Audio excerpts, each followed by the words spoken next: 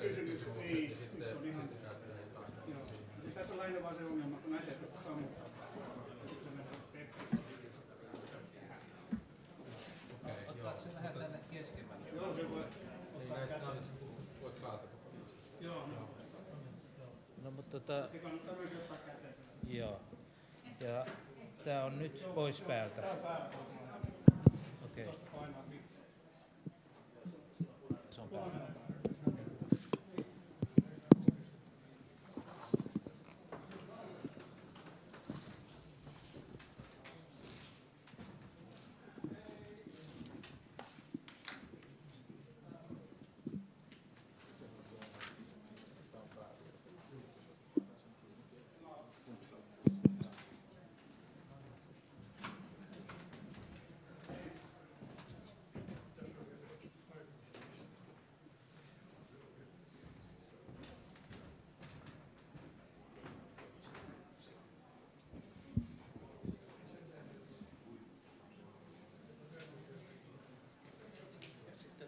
Tietenkin nämä pitäisi tarjostua kysymys.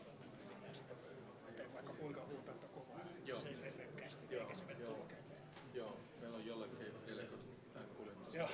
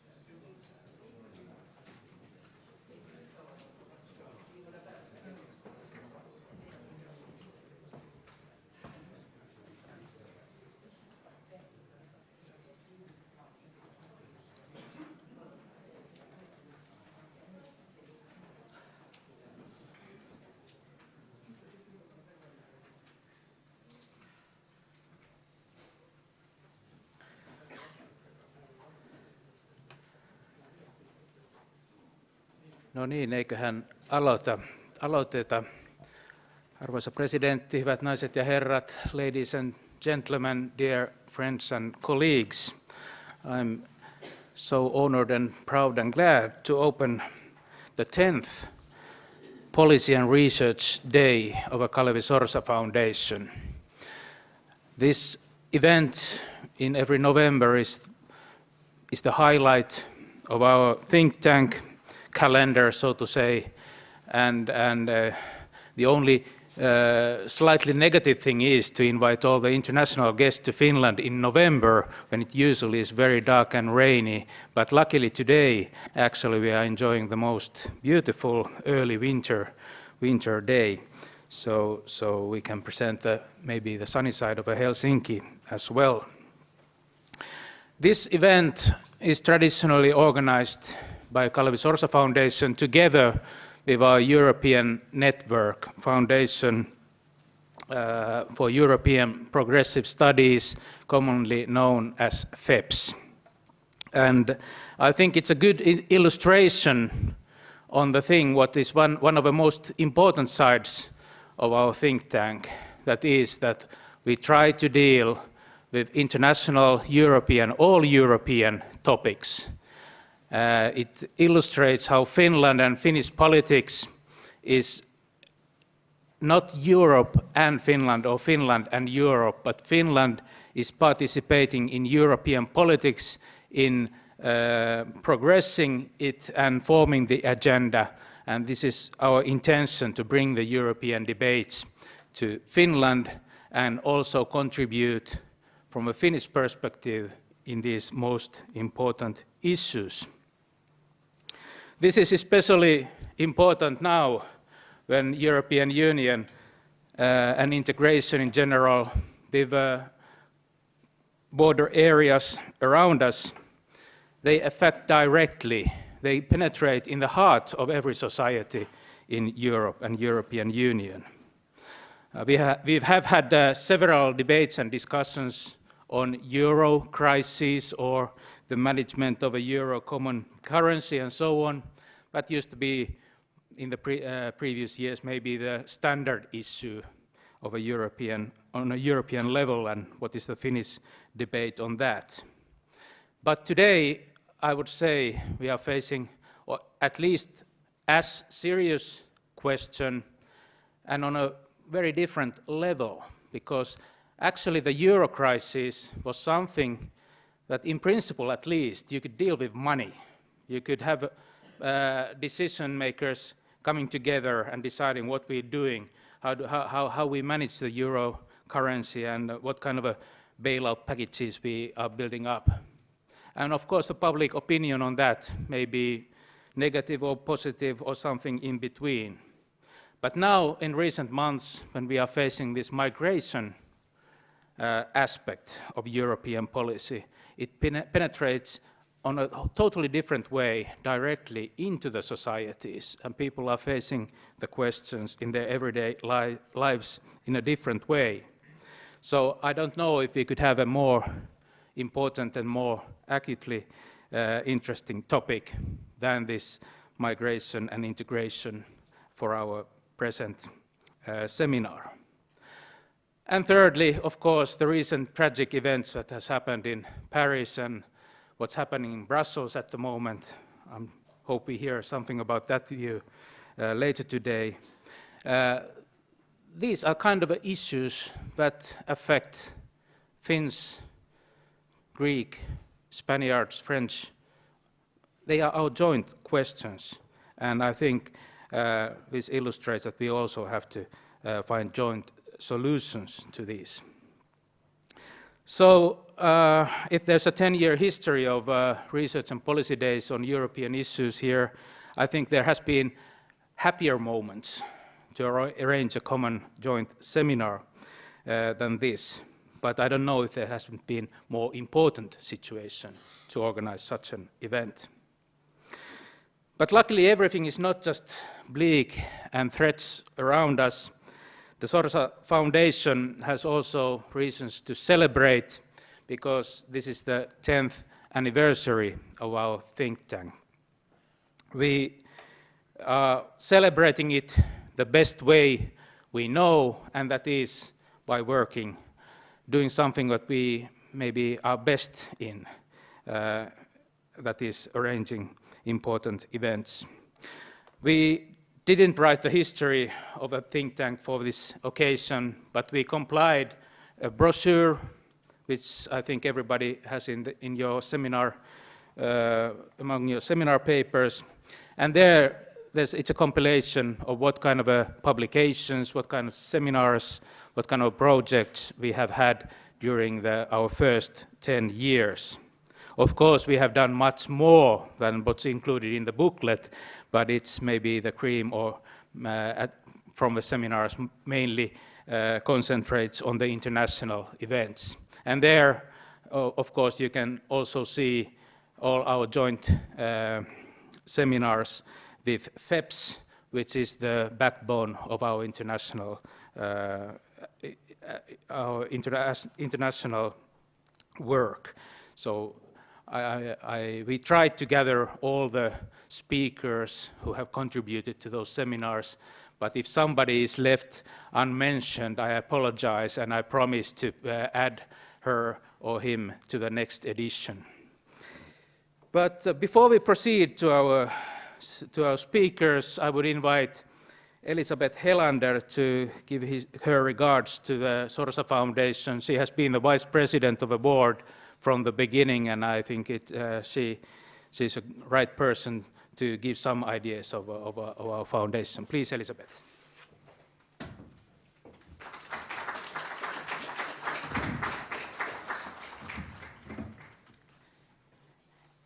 Hyvät ystävät, tervetuloa minunkin puolestani, bästa vänner. Välkomna också för min del, and dear friends, thank you very much for coming so numerous to this occasion. I'll speak a few words in Finnish just to celebrate, to show the celebration of the foundation. Kuten jo Mikko Majanne totesi, tämähän on jo varsin erityinen Sorsa-säätiön tutkimus- ja politiikkapäivä, koska se on jo säätiön 10. Säätiön tavoite oli jo heti alusta lähtien, ja nyt mä siteeraan, keskusta-vasemmistolaisen yhteispolitiikan hahmottaminen tuomalla relevanttia tietoa ja yhteiskunnallisesti merkittäviä näkemyksiä julkiseen keskusteluun, poliittiseen päätöksenteon valmisteluun ja itse päätöksentekoon. Ja tässä tavoiteasettelussa on kyllä hyvin pysytty. Koko 10-vuotiskautensa aikana Sorsa-säätiö on ollut analyyttinen edelläkävijä toimien tiedemaailman ja politiikan välimaastossa. Säätiö pyrkii määrittelemään yhteiskunnallisia ongelmia ja esittämään niihin ratkaisuja. Säätiön toiminnan ohjenuoraksi määriteltiin heti jo alussa tulevaisuuteen suuntautuneisuus. Säätiö onkin onnistunut tarjoamaan taustatietoja ja analyysejä vasta tulossa oleviin keskusteluaiheisiin. Suomessa tällaisen ajatushautomon tarve oli kyllä ilmeinen jo 10 vuotta sitten. Monet tiedostivat, että tiedemaailman tiedot vain harvoin välittyvät julkiseen keskusteluun ja päätöksentekoon. Tähän tarpeeseen on nyttemmin herätty laajemminkin. Valtio on aika äskettäin perustanut strategisen tutkimuksen neuvoston Suomen Akatemian yhteyteen. Tämä on mielestäni varsin kiinnostava ja kunnianhimoinen yritys lähentää tutkimusta ja yhteiskuntapolitiikkaa lähinnä tutkimuksen näkökulmasta. Ensimmäisiä tutkimustuloksia tämän neuvoston työn tuloksina voitaneen odottaa parin vuoden kuluttua. Lisäksi, kuten tiedetään, muutamat toisenlaista yhteiskuntapoliittista näkemystä edustavat puolueet ovat myöskin perustaneet omat ajatuspajansa. Tämä on tietysti paradoksaalista, kun samanaikaisesti nykyisen hallituksen toimintaperiaatteena näyttää olevan päätetään ensin ja ajatellaan vasta sitten. Mutta ehkä uskaltaa toivoa, että ajattelee ensin lähtökohta vielä joskus palaa Suomen politiikkaan. Joka tapauksessa on ollut ilo huomata, että Sorsa-säätiö laadukkaalla työllään on pysynyt suomalaisten ajatuspajojen kärjessä. Siihen on tietysti pitkälti vaikuttanut se, että säätiö on onnistunut vetämään puoleensa erinomaisia henkilöitä sekä toimijoina että ulkopuolisina kirjoittajina. Toiminnanjohtajina ovat toimineet 3 henkilöä. Alussa Juha Eskelinen käynnisti säätiön ja sen jälkeen toiminnanjohtajana oli lyhyen aikaa Ville Kopra. Viimeiset 4 vuotta Mikko Majander on erittäin ansiokkaasti toiminut säätiön toiminnanjohtajana. Säätiö on myös määrätietoisesti kehittänyt yhteistyötään eurooppalaisten sisarjärjestöjen kanssa. Ja säätiö onkin onnistunut tuomaan tuulahduksia kansainvälisistä keskusteluista Suomeen. Säätiön tilaisuuksissa ja julkaisuissa on tarjottu uusia näkökulmia niin talouspolitiikkaan, teknologian muutokseen kuin Euroopan demokratian tulevaisuuteen. Yhä useammin säätiön edustajia haastatellaan, kun media tarvitsee jonkun ajankohtaisen ilmiön taustatietoja. Säätiön tilaisuuksissa on aiemmin käyty kiintoisia keskusteluja myös tämän päivän teeman pakolaisuuden eräistä taustatekijöistä, uskonnon ja politiikan vuorovaikutuksesta, ideologisista virtauksista ja arabikevään tapahtumista. Suomen nopeassa muutoksessa ja eriarvoistumisessa Kalevi Sorsa-säätiölle haasteita kyllä riittää jatkossakin. Tarvitaan teräviä havaintoja ja perusteltuja vaihtoehtoja aikana, jolloin politiikan, retoriikan ja todellisten toimenpiteiden välinen kuilu on varsin syvä. Kiitoksia.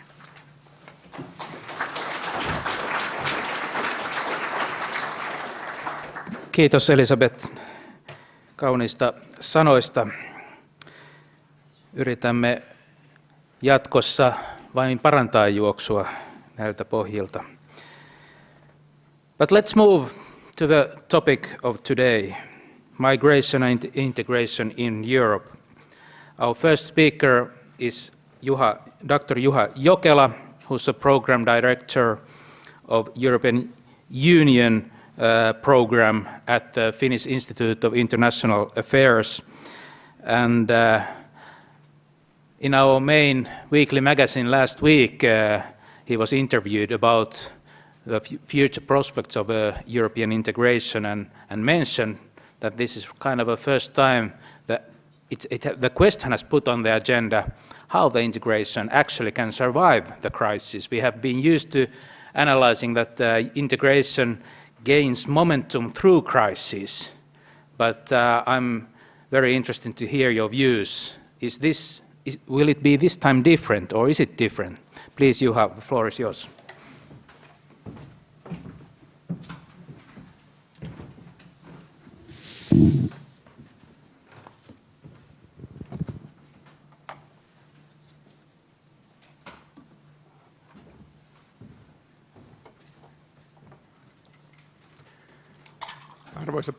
Arvoisa presidentti, hyvät kutsuvieraat, hyvät ystävät, haluan kiittää ensimmäiseksi Sorsa-säätiötä siitä, että minulle avautui mahdollisuus puhua täällä tässä hyvin tärkeässä ja ajankohtaisessa seminaarissa.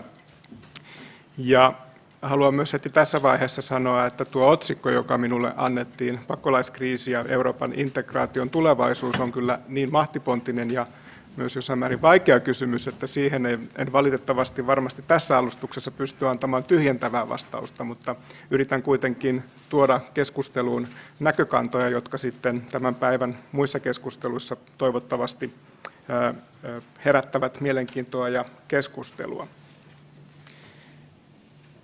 Ehkä myös muutama sana siitä, mitkä ovat minun omat tarttumapinnat tähän kysymykseen pakolaiskriisistä ja Euroopan integraation tulevaisuudesta.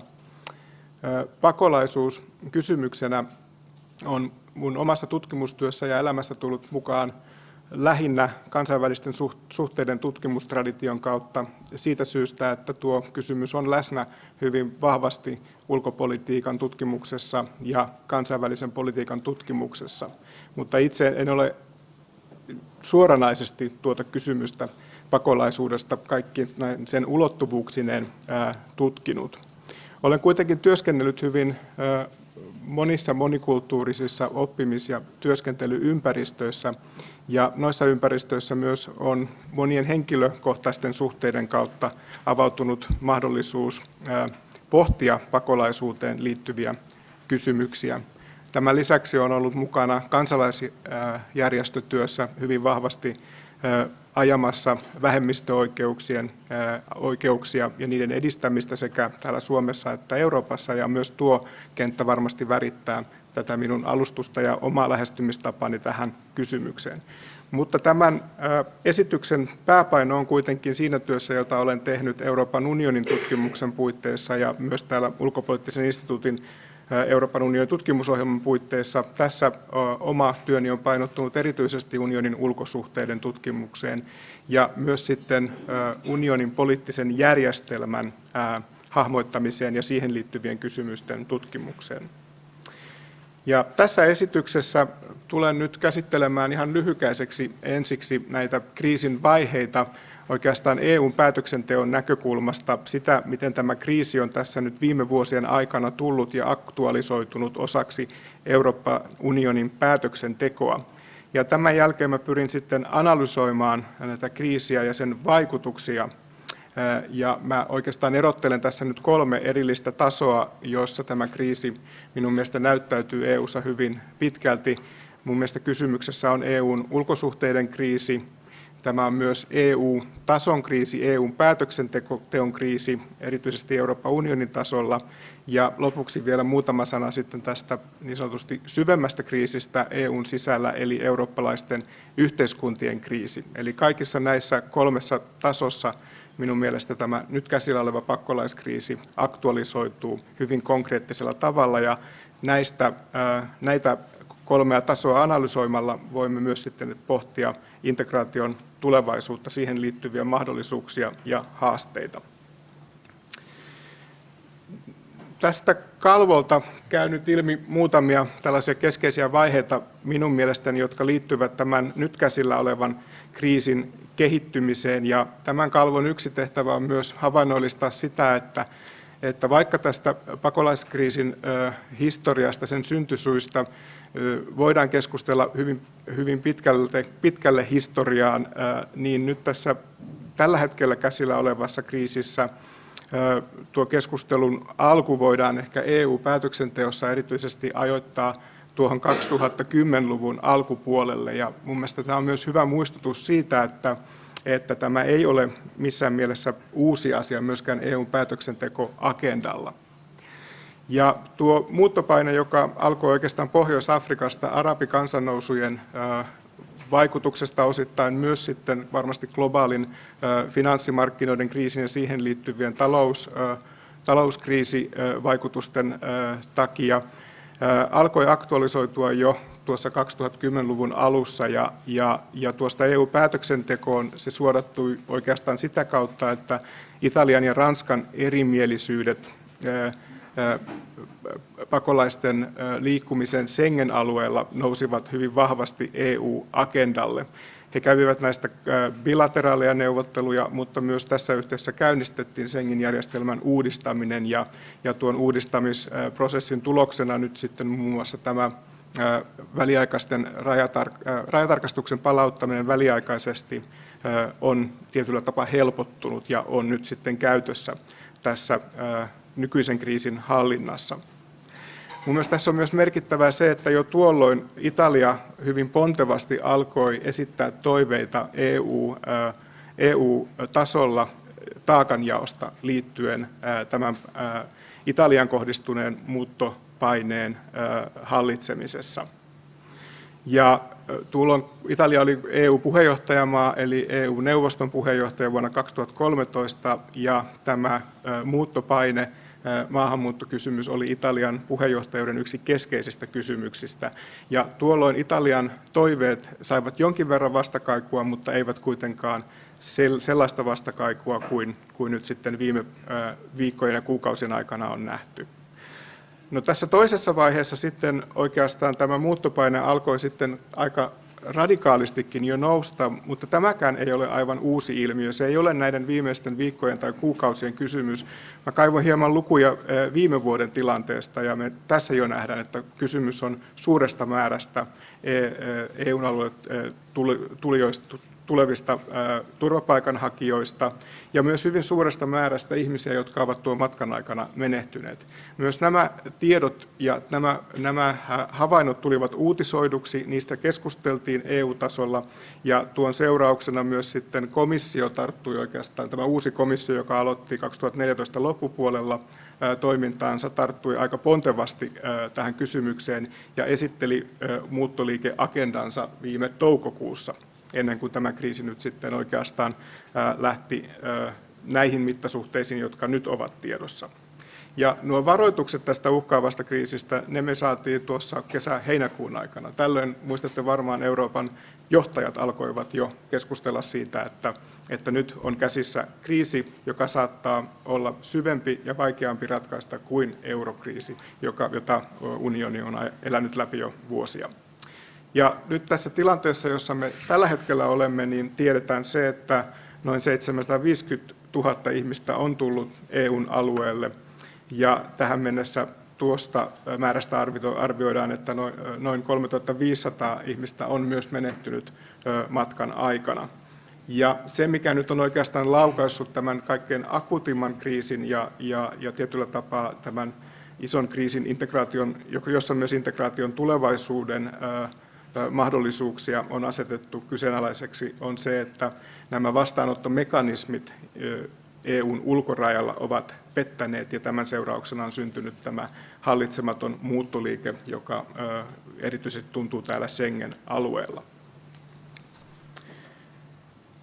No, jos me siirrymme näihin 3 tasoon tämän kriisin analysoinnissa, niin mä ehkä haluaisin näyttää tässä yhden kuvan ensiksi, koska minun mielestä siitä käy aika hyvin ilmi myös se, että mistä tässä kriisissä on perimmäisen kysymys ja millä tavoin se nyt sitten näihin 3 eri tasoon ankkuroituu hyvin vahvasti.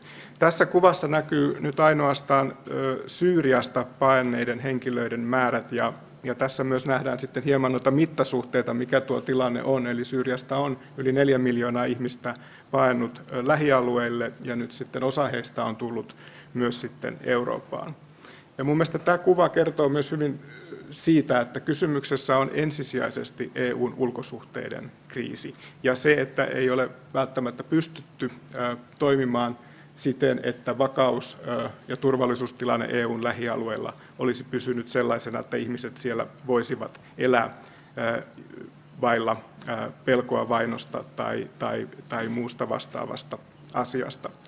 Ja toinen ulottuvuus, joka tähän sitten liittyy, on se, että me huomaamme, että nuo pallukat täällä EUn sisällä ovat kasvusuunnassa ja tämä on selkeästi myös nyt sitten tullut EUn kriisiksi. Sekä EU-kriisiksi siinä mielessä, että EU-päätöksenteko on joutunut kovalle koetukselle tämän kriisin myös tässä sisäisessä hallinnassa, että myös sitten eurooppalaiset yhteiskunnat ovat hyvin mittavan paineen alla tämän kriisin käsittelyssä. No, jos tarkastellaan hieman enemmän tätä EUn ulkosuhteiden kriisiä, niin tällä hetkellä on hyvin pessimistisiä arvioita siitä, miten Euroopan unioni pystyy toimimaan ulkosuhteissaan siten, että vakautta pystytään edistämään erityisesti unionin lähialueella, sen naapurustossa. Ja tässä taustalla vaikuttaa globaalin järjestelmän muutokset ja se, että EUn asema on ollut haastettuna globaalissa järjestelmässä jo ennen talouskriisiä ja monien arvioiden mukaan tämä talouskriisi on entisestään vaikuttanut EUn laskusuunnassa olevaan asemaan maailmanpolitiikassa. No, tämän lisäksi nyt viime vuosien aikana on hyvin vahvasti haastettu EUn vakauttava vaikutus naapurustossa, ja tähän liittyy nyt hyvin vahvasti tapahtumat EUn itäisessä naapurustossa, Venäjän suurvaltapyrkimykset, Ukrainan kriisi ja tähän liittyvä itäisen naapuruston epävakaus.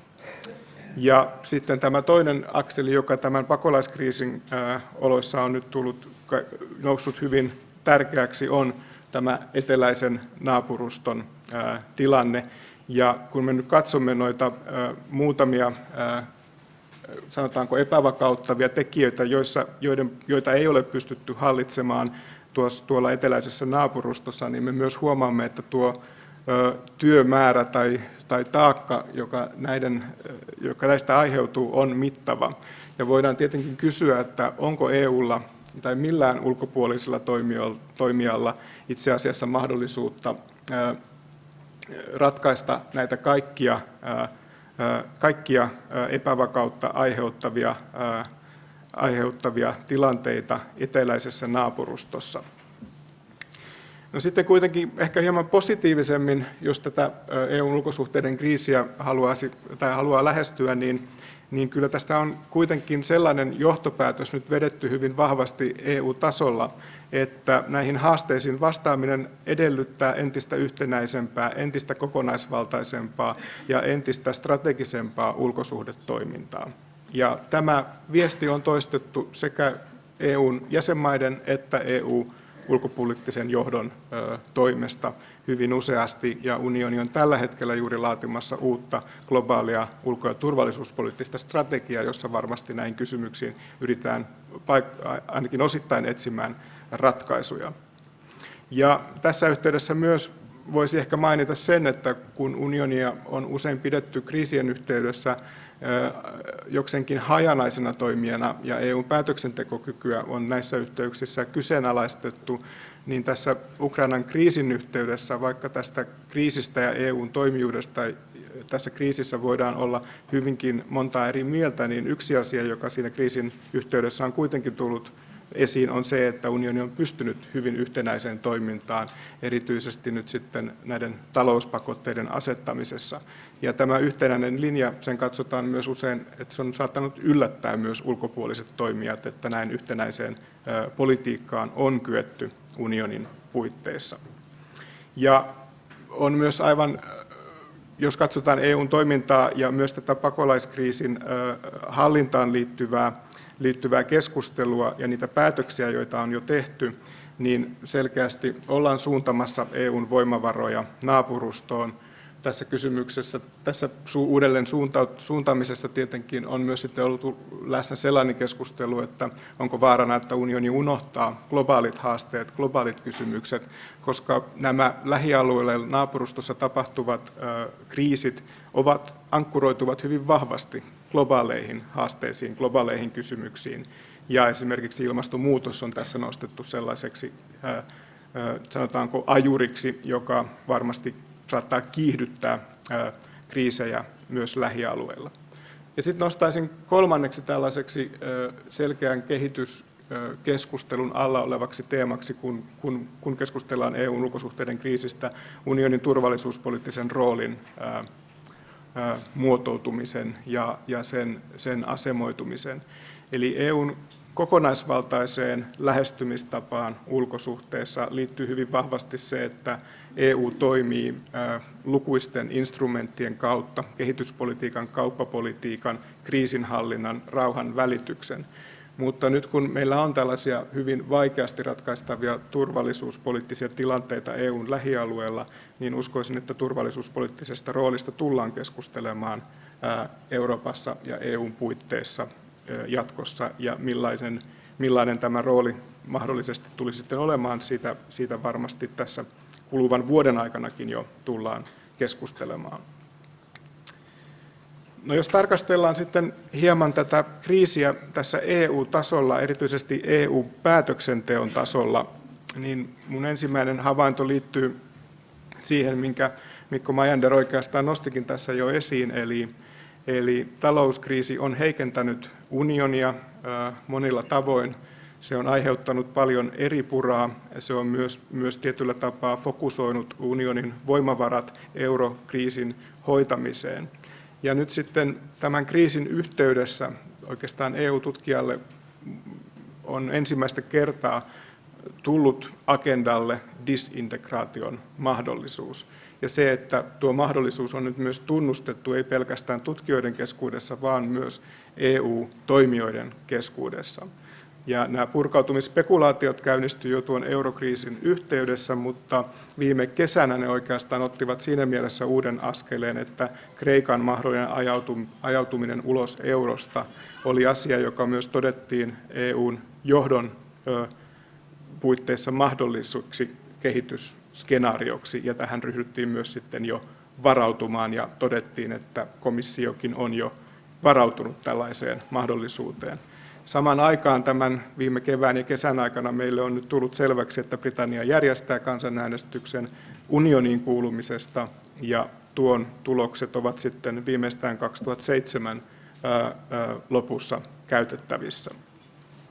Ja nyt kun tämä pakolaiskriisi, jos sitä nimeä käytetään, on tietyllä tapaa aktualisoitunut juuri tällaisessa vaiheessa unionin historiaa, jossa integraation rinnalle on tullut myös mahdollisuus disintegraatiosta, niin tämä pakolaiskriisi ja siihen liittyvät hyvin vaikeat kysymykset, jotka ankkuroituvat kansallisen suvereniteetin ytimeen, niin ovat haastaneet entisestään EUn päätöksentekokykyä. Ja mun mielestä nyt ehkä olennaista tässä tilanteessa on myös se, että toimeenpanokyky on joutunut entistä suurempien haasteiden kohteeksi. Ja tällä mä tarkoitan sitä, että hyvin nopeassa tahdissa kesän ja syksyn aikana EU:ssa on valmisteltu mittava joukko päätöksiä, joilla tämä kriisi on pyritty EU:ssa ottamaan haltuun. Ja tuohon agendaan kuuluu nimenomaan unionin ulkosuhdetoiminta, tämä sisäinen toiminta siinä mielessä, että ulkorajat saadaan turvattua ja EUn sisällä tätä muuttopainetta saadaan jaettua tasaisesti. Ja EU on ottanut hyvin kovatkin välineet käyttöön. Esimerkiksi tuo päätös tästä uudelleen sijoittamisesta tehtiin määräenemmistöpäätöksellä. Mutta se, mikä tässä nyt näyttää ainakin tällä hetkellä tätä syksyä olevan se todellinen ongelma, on se, että noita päätöksiä ei ole saatu toimeenpantua. Ja myös tuossa määräenemmistön käytössä tässä uudelleen sijoittamisen yhteydessä nostettiin esiin sellainen huomio, jonka on todettu liittyvän myös muuhunkin EU:n päätöksenteon tehokkuuteen liittyvään arviointiin. Eli usein ajatellaan, että kun EU tekee päätöksiä, niin yksimielisyys on päätöksentekokykyä ja sen tehokkuutta haittaava tekijä, ja tämän takia pitäisi pyrkiä enemmän ja enemmän määräenemmistöpäätöksiin. Tämä varmasti pitää paikkansa tietyllä tapaa, mutta tämän kriisin yhteydessä kävi myös ilmi, että kun EU:ssa yhä edelleen tänä päivänä on kysymys itsenäisten valtioiden muodostamasta liitosta, niin se toimeenpanokyky edellyttää sitä, että jäsenvaltiot ovat mukana näissä päätöksissä. Ja tämän integraation ja EU:n päätöksentekojärjestelmän kannalta on hyvin vaikea tilanne sellainen, jossa EU-tasolla tehdään määräenemmistöllä päätöksiä ja jäsenvaltiot irrottautuvat noista oikeudellisesti sitovista päätöksistä esimerkiksi suverenisuuteen vedoten. No, tässä kentässä, kun keskustellaan EU-tasolla tästä kriisin hallinnasta, niin tällaisena positiivisena ulottuvuutena nostaisin kuitenkin esiin yhä edelleen sen, että eurooppalaisten ratkaisujen merkitys kriisien hallinnassa on edelleen tunnustettu, erityisesti jäsenvaltioiden keskuudessa, vaikka me tiedämme, että näitä hyvin syviäkin jakolinjoja on piirtynyt EUn sisälle. Ja mä myös toteaisin ja arvioisin siten, että jäsenvaltioiden kantoihin vaikuttaa myös se, että tällaisen osittaisenkin disintegraation kustannukset ja laajemmat vaikutukset, niitä on hyvin vaikea arvioida. Ja nuo vaikutukset ovat myös sitten jäsenvaltioille, niiden poliittiselle johdolle ehkä helpompia arvioida ja nähdä kuin sitten esimerkiksi EU-kansalaisille. Eli tämä eurokriisin yhteydessä käsitelty Kreikan mahdollinen ajautuminen ulos euroalueelta olisi ollut monen jäsenvaltion mukaan hyppy tuntemattomaan, jonka seurauksia taloudellisesti tai poliittisesti ei riittävässä määrin pystytä ennakoimaan. Ja tämä sama dynamiikka minun mielestä pätee yhä edelleen ja pätee tähän pakolaiskriisin hallintaankin. Eli jäsenvaltioiden näkökulmasta integraation osittainenkin purkautuminen olisi hyppy tuntemattomaan, jonka taloudelliset ja poliittiset vaikutukset ovat yhä edelleen vaikeasti ennakoitavia. No, tämä viimeinen taso, eli eurooppalaisten yhteiskuntien kriisi, mä nostaisin tämän tähän arvion ja esitykseni mukaan sen takia, että tässä talouskriisin yhteydessä on hyvin monissa arvioissa ja analyyseissa todettu sekä ihan tällaisessa mielipidetutkimuksissa, mutta myös sitten laadullisissa arvioissa, että eurooppalaisten kansalaisten parissa usko kansallisiin ja eurooppalaisiin instituutioihin on horjunut. Ja tässä nyt on sitten hyvin suurta eroa eri jäsenmaiden, eri yhteiskuntien välillä, miten tämä näyttäytyy, onko usko kansallisiin instituutioihin ensisijaisesti horjunut ja luottamus eurooppalaisiin säilynyt, vai onko käynyt kenties päinvastoin. Ja tässä myös tämä pohjoinen eteläakseli, joka on ollut paljon eurokriisin yhteydessä esillä, näyttäytyy hieman toisin kuin tällaista yhtenäistä näkymää ei ole löydettävissä. Mutta yhtä kaikki tällaista poliittista liikehdintää eurooppalaisissa yhteiskunnissa on ollut havaittavissa jo hyvin pitkään, ja tähän poliittiseen liikehdintään liittyy hyvin vahvasti EU-skeptisyyden ja maahanmuuttovastaisuuden nousu. Ja näille hyvin erilaisille poliittisille liikkeille, ja niiden liikkeille on yhteistä se, että hyvin usein ne vastaukset, joita nyt näihin Euroopan suuriin ongelmiin tarjotaan, korostavat kansallisia ratkaisuja, korostavat niiden ensisijaisuutta. No, kun me arvioidaan sitten tätä poliittista liikehdintää, joka näissä eurooppalaisissa yhteiskunnissa on vireillä, niin hyvin usein, ainakin tällaisissa tutkimuksellisissa ja tutkimuksen ja politiikan välimastoon liittyvissä seminaareissa ja keskusteluissa on törmännyt sellaiseen ajatukseen, että meidän täytyy vastustaa EU-skeptisyyttä, populistisia liikkeitä, ja näiden tavallaan tarkoitusperät täytyy tietyllä tapaa kyseenalaistaa, ja niitä vastaan tulisi taistella. Mutta tässä mä nostaisin kuitenkin keskusteluun myös sellaisen ulottuvuuden, jota meillä ulkopoliittisessa instituutissa on arvioitu esimerkiksi viime eurovaaleihin liittyen. Että on hyvin, kun me näitä arvioita teemme ja esitämme, niin on myös tarkkaan pohdittava sitä, että missä määrin nämä liikkeet edustavat demokraattista legitiimiä protestia esimerkiksi EUn ja jäsenvaltioiden harjoittamaa talouspolitiikkaa kohtaan. Ja siinä mielessä niiden tavallaan tällainen yksioikoinen leimaaminen saattaa olla hankalaa. Mutta sitten yhtä kaikki, kun tätä poliittista liikehdintää arvioidaan sekä tutkijoiden että poliitikkojen puolesta, niin yksi sellainen iso kysymys, joka siinä on otettava mielestäni huomioon, on se, että missä määrin nämä liikkeet haastavat eurooppalaiset arvot. Ja tässä keskustelussa on myös nostettava minun mielestäni esiin se kysymys, että miten demokraattisissa järjestelmissä voi päästä valtaan liikkeitä, jotka toimivat itse asiassa demokratiaa vastaan. Niiden arvopohja ei perustu yhteiselle näkemykselle eurooppalaisesta demokratiasta. Ja kolmantena ulottuvuutena mä nostaisin tähän yhteiskuntien kriisin käsittelyyn myös sen tärkeän havainnon, että näiden EU-skeptisten ja maahanmuuttovastaisten liikkeiden vaikutus ei kanavoidu pelkästään näiden liikkeiden kautta, vaan hyvin monissa yhteiskunnissa on jo selkeitä viitteitä siitä, että osa näiden liikkeiden agendasta on tavalla tai toisella tullut valtavirtaistettuksi yhteiskuntaan muiden poliittisten toimijoiden agendalle. Ja tämä tekee mun mielestä tämä yhteisvaikutus tässä hyvin vaikeaksi käsitellä tätä eurooppalaisten yhteiskuntien kokemaa kriisiä.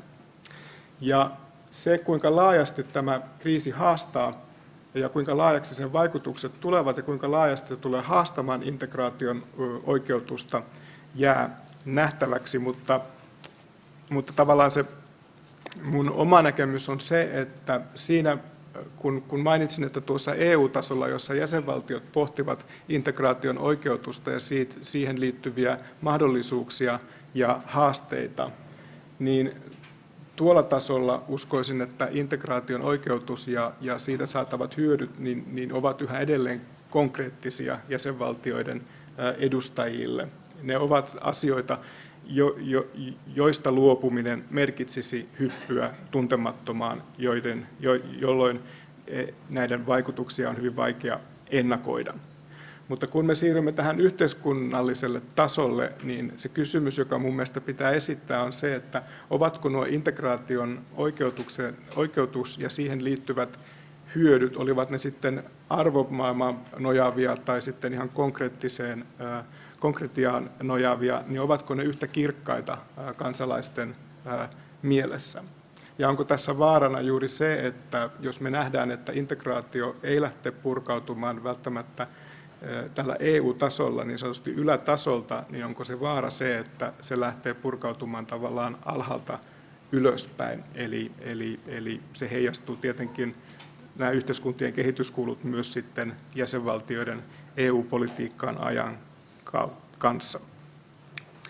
Ja lopuksi toteaisin, että nämä useat kriisit, joita EU on kohdannut viimeisten vuosien aikana, ovat jo haastaneet Euroopan integraatiota monella tavalla. Ja yhtenä lopputulemana monissa kriiseissä on toistaiseksi ollut se, että integraatiota on pyritty kehittämään eteenpäin. Se on myös syventynyt hyvin monella ja merkittävällä tavalla, erityisesti eurokriisin hoidon yhteydessä. Mutta mä sanoisin, että kyvyttömyys hallita tehokkaasti pakolaiskriisiä EU-tasolla, ja nyt puhun nimenomaan tästä ulkoisesta ja sisäisestä ulottuvuudesta, tulee haastamaan EUn oikeutusta jäsenvaltioiden tasolla ja kansalaisten parissa. Ja kuten totesin tuossa edellisen kalvon aikana, niin uskon kuitenkin, että integraation hyödyt ja sen oikeutus sekä sen osittaisenkin purkautumiseen liittyvien riskien vaikutukset ovat monin tavoin konkreettisimpia jäsenvaltioiden tasolla EU-päätöksenteossa kuin kansalaisille. Kiitoksia.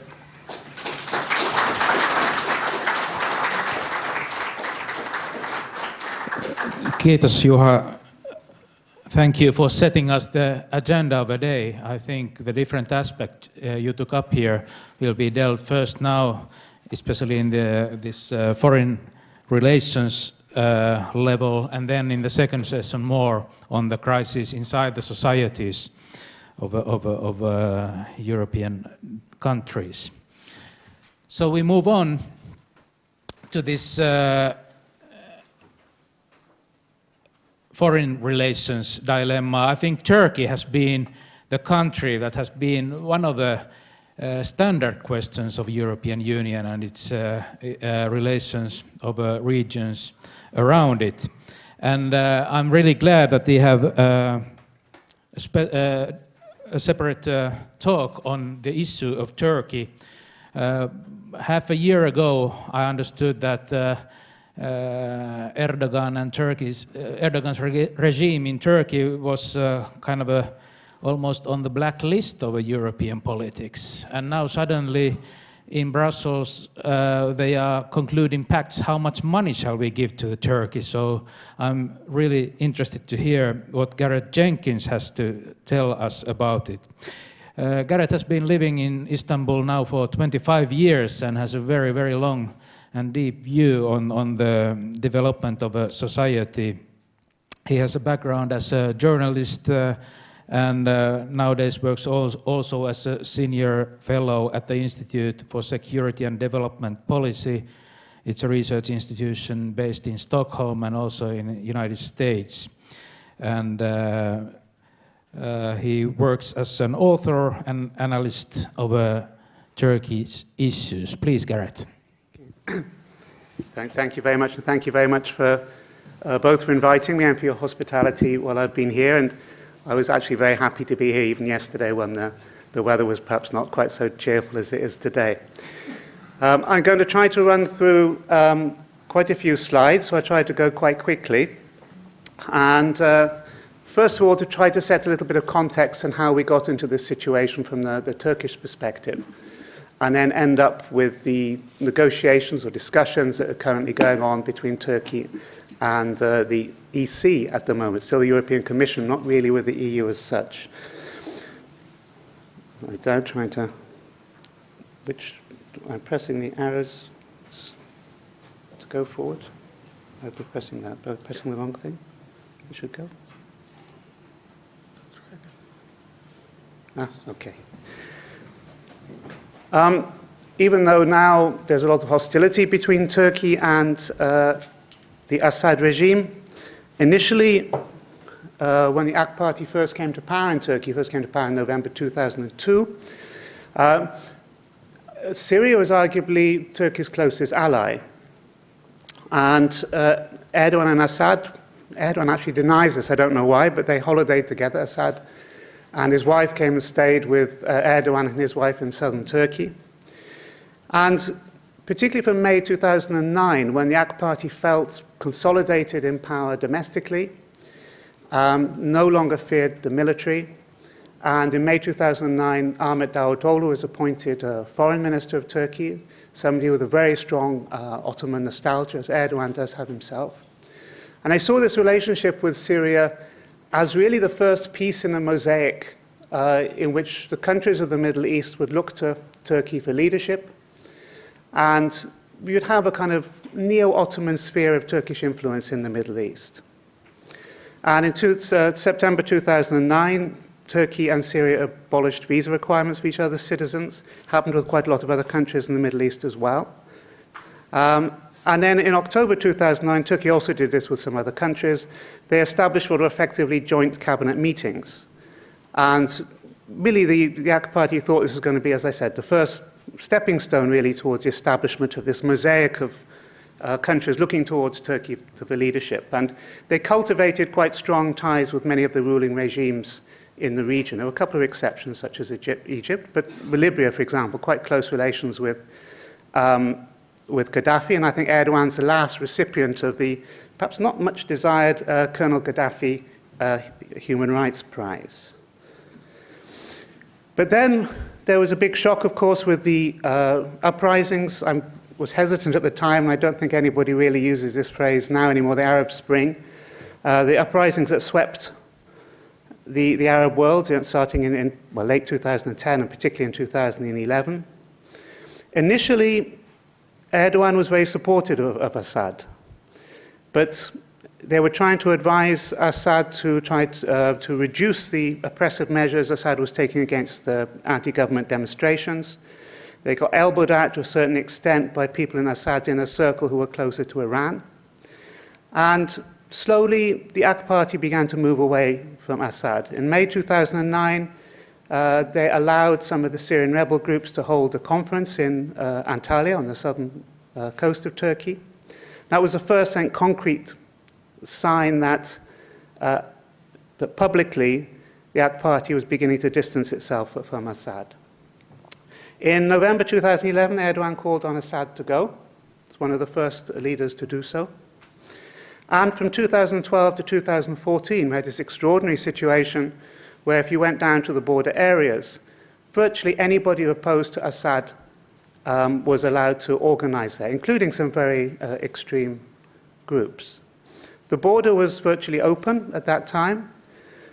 Because of the abolition of visa requirements, it meant Syrians could come across the border without having to apply for a visa or anything. And we had quite a large number coming into Turkey. The policy changed, really, the Turkish policy changed particularly from the beginning of this year. It's still not complete, but there has been a beginning of a clampdown, an increasing clampdown, in fact, on the jihadists particularly. For example, back in August last year, I went up into the mountains on the Syrian border, and you could see jihadists sitting around in the village waiting to go across. You don't see that anymore. Some people still can go across, but there have been more restrictions. The restrictions are also imposed on the other way as well. It's a lot more difficult now for people to come into Turkey. Throughout the course of this year, there have been times when Turkey has opened a border and then closed it again, and then opened it again. At the moment, as far as I know, I think Sana probably has more information about this, it's closed at the moment. And again, the ambitions really for why did Turkey support the rebels? Was it just a dislike of Assad? No. Initially, they thought when all these uprisings swept the Middle East, where are the Arabs going to look to for inspiration, for aspiration, and for leadership? It's going to be for Turkey. And so there are very close connections with particularly people with Muslim Brotherhood views, with Morsi, for example, in Egypt. And the hope was that if Turkey opened its borders to the refugees, if it allowed some of the opposition groups to organize and to operate out of Turkey, once these people toppled Assad, then they would look again to Turkey for leadership, and we, through a different method, but the same goal of having this mosaic, really, of countries in the Middle East coming under Turkish influence. Of course, it didn't just go wrong, hasn't gone right in Syria, it's also gone wrong in Egypt. Another factor, and I think sadly we've seen this in domestic politics in Turkey, when the AK Party first came to power, it certainly presented itself as having internalized pluralistic values and being open. Also, Turkey's got quite a large Alevi population, very close to the Alawites in terms of belief, close to the Alawites in Syria. And we saw quite a conciliatory approach, at least rhetorically, not in terms of any policies, during the AK Party's first time in power. But as, particularly I think since the Arab uprisings in 2011, as I said, Turkey was looking to form close ties with kind of Muslim Brotherhood-oriented groups and organizations. And we saw sectarianism coming more to the fore with a very strong sense of Sunni Muslim identity in foreign policy and, sadly, in domestic policy. Actually, one of the factors behind the Gezi Park protests in 2013 in Turkey. And there was no real strategy. They thought in Turkey that Assad was going to go very quickly. And I said that then both the refugees would be grateful for Turkey opening its borders. Those who would take power would also look to Turkey for leadership. So they didn't have any long-term strategy for either what they would do if Assad stayed in power very long, or how to accommodate so many refugees for over such a long period. In terms of the rhetoric, as I'm sure you'll be very much aware, that Erdogan's opinion of himself as a kind of world leader has increased considerably in recent years. And to his supporters, he's always been telling them that, you know, if anything goes wrong in Turkey, it's because the West is plotting against me and against the party, because otherwise they would see that we become the leader of the Middle East.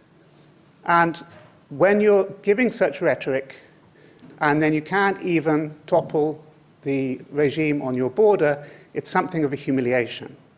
So as well as a kind of sectarian antagonism towards Assad, there is also this frustration that Assad's retention of power is a sign or an indication or even proof that Erdogan's rhetoric and reality are not that close together. Let me see this right. This is the increase in number of Syrian refugees registered in Turkey. I've also used the same as the previous presentation, figures from the UNHCR. But I have to caution that what they do now, I've got the slide coming up about a little bit more detail about this. Syrian refugees go and register, and then it gives them access to certain kinds of government aid. If those refugees then leave the country, they're not deregistered, particularly, of course, if they're going out illegally, trying to get into the Aegean, going across the Aegean to get into Greece. But at the same time, there are a lot more refugees in Turkey than are registered. So I've used the official figures for the UNHCR. You probably have to subtract the ones who have left the country illegally, but then you have to add on the ones who are in Turkey but not registered. So I've used the UNHCR figures for some of the calculations later, just as a kind of ballpark figure. But the estimate is at least 2.5 million Syrian refugees have entered the country, and at least 2 million are still in Turkey. This one gives some figures on different dates of the totals that have been registered. You'll notice a very big, steep increase between, you come up in Syrian for in Finnish for the month, so I have to quickly learn some Finnish. In between, is that June? Should be June? No, June 14 and December 14. Of course, that's largely a result of the advances by ISIS inside Syria. But I should caution that, of course, that's not the only reason people have been fleeing Syria. Some of them are also fleeing from the regime, who in its own way has also been very brutal, of course. But you can see there in terms of the increases, does tend to be related to what's happening on the ground in Syria. It's not necessarily constant. As I said, now I've got, as I said about the refugees using the UNHCR figure, just under 2.2 million. Only a very small number are in organized camps. I've got a map in a little while showing you where the camps are. 247,000 in tents or in containers. The conditions in the camps, to be fair, are very good. But of course, it's only a small proportion of those who are in the country as a whole. And as I said before, we don't know the exact numbers of the ones who are in the country.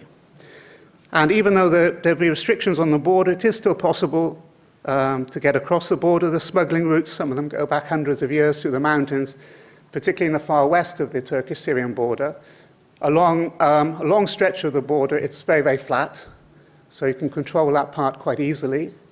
But in the west, where the mountains around the province of Hatay, there are still smuggling routes where some people can get across there. It's also possible, I think, sometimes to bribe border officials and to get a few people in that way. So even though the border appears to be closed, people are coming. And I think, importantly, there are also a lot of people waiting in Syria who would like to come in. So looking at because a lot of focus is on Turkey, and you can understand, I think, why the EU is very focused on Turkey, because Turkey is the platform for so many other Syrian refugees coming into the European Union. And if you look at the sheer numbers, of course, Turkey dwarfs the other countries. But if you look at there's a proportion of the population, you see actually Turkey has a population of 78 million, and the burden really looking after the refugees relative to the population is falling a lot heavier on countries like Lebanon. Of course, Lebanon also has a lot of Palestinian refugees. So from a humanitarian perspective, in the EU, people are talking about giving money to Turkey to look after the refugees, mainly to try to stop them coming into the EU, and some of these other countries are also facing a very large burden as well. The legal status of Syrian refugees, this has a direct impact on something I'm going to come to at the end about the question of whether, if the EU's plan is successful, the refugees are going to stay in Turkey. Turkey did sign a 1951 convention, but they've got an exception. They don't allow anybody to claim political asylum unless they're coming from Europe, which, as far as I know, I don't know of anybody in the last 50-odd years who's actually come to Turkey and claimed political asylum as a result of events in Europe. But it does mean that the refugees, Syrian refugees in Turkey, cannot claim political asylum. They're officially classed as guests, and I said about these ID cards they have since 2013, they've tried to introduce a very clear system, but there is no way for them to claim the status of asylum seekers in Turkey, and they don't, from that perspective, they don't have any real kind of legal status in the country. It's a breakdown. It's actually, I haven't credited it, but this is also from the UNHCR. To give an idea, again, particularly after Paris, I think a lot of people particularly on the very right of the political spectrum in Europe have been talking about terrorists hiding amongst the refugees. As you can see from this breakdown, around about 3/4 of the refugees are women and children, not men. Some of the men are back in Syria. Some of them have moved on. But in terms of absorbing refugees from Turkey, this is your profile. And to give just a different chart, really, to give a sense, and again it comes to what I'm going to, towards the end, talk about. There's only a very small proportion of these people are actually in organized camps. And this feeds into this discussion about how much money to give to Turkey. And as I said, this is a map showing where the concentrations of the camps are. 25 camps in total. Most of them are in border areas. You see towards the right of the map, of course, that's the border with Syria. It's also where a large proportion of the Syrian refugees are concentrated who are outside the camps. So, for example, this here, province of Kilis.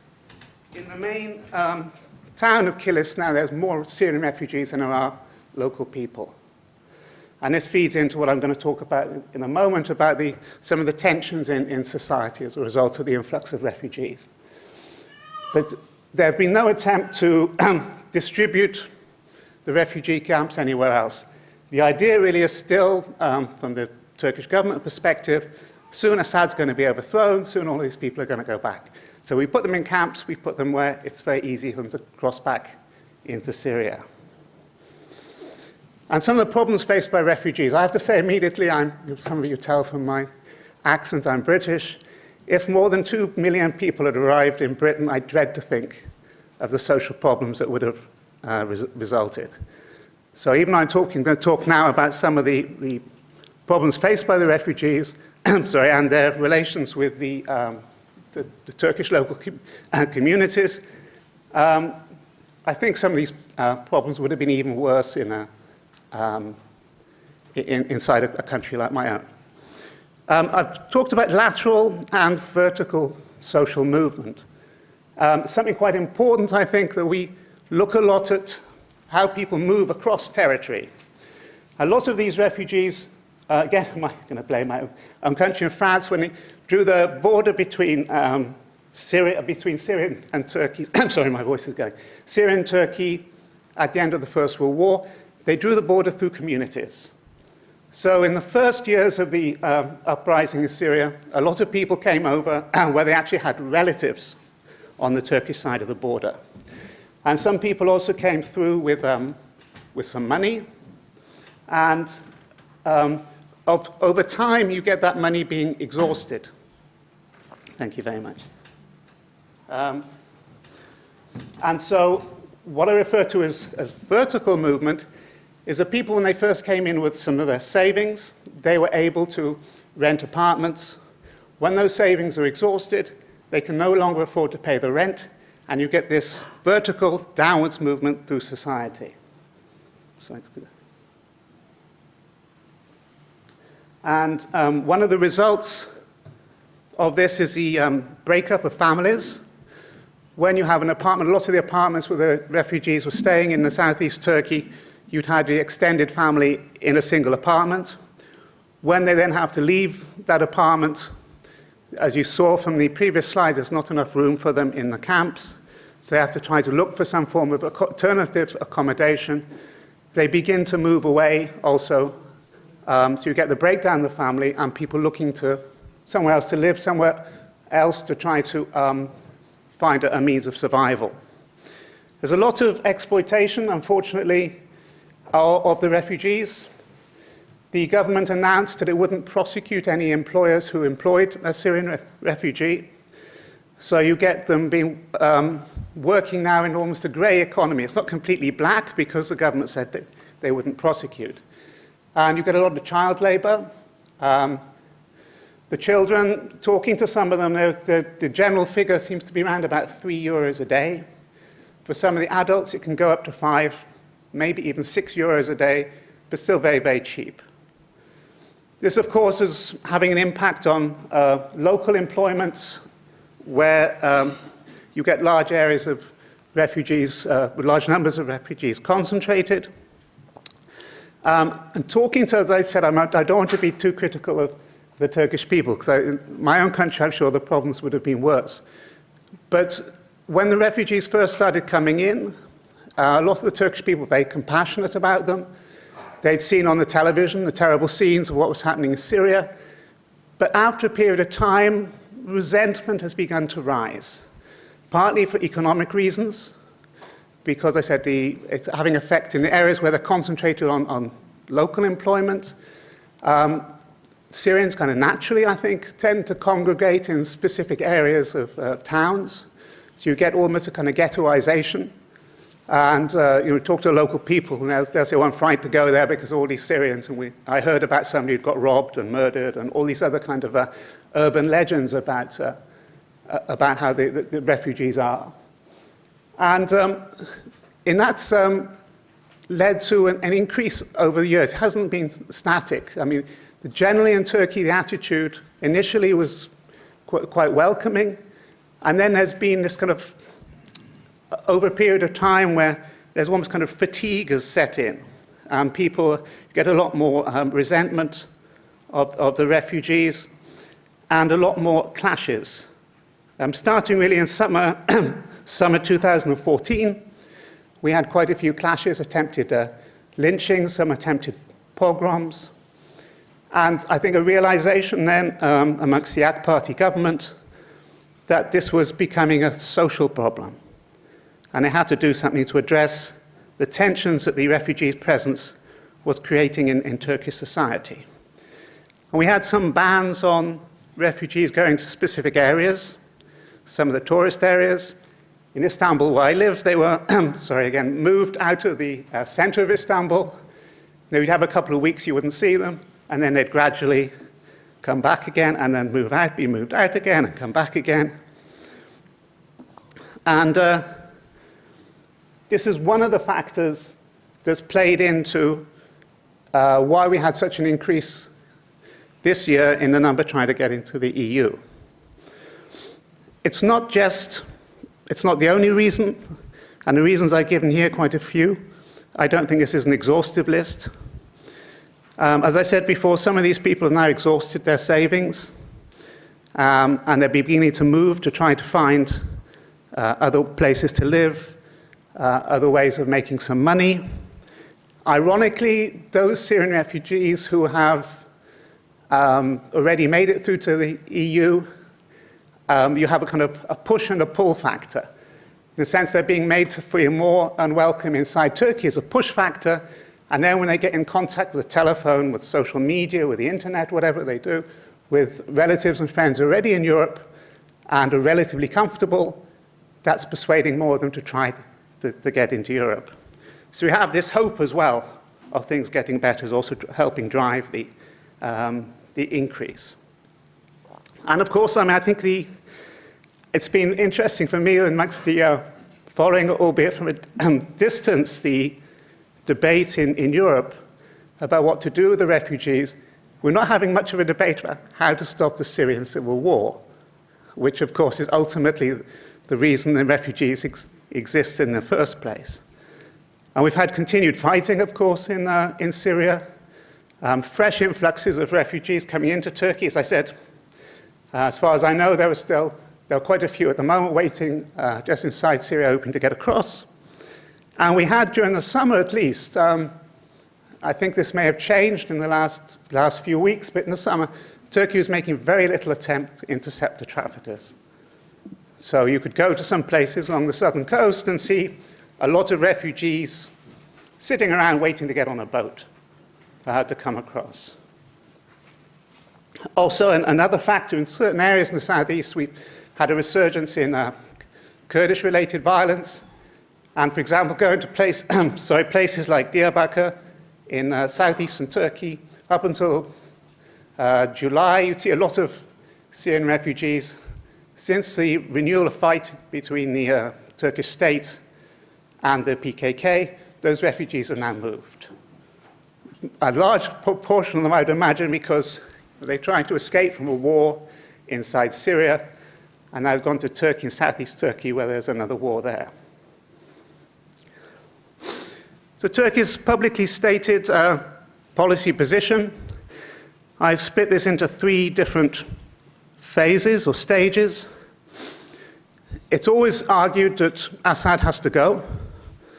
It says, Turkey's also said this is the main reason you have groups such as ISIS,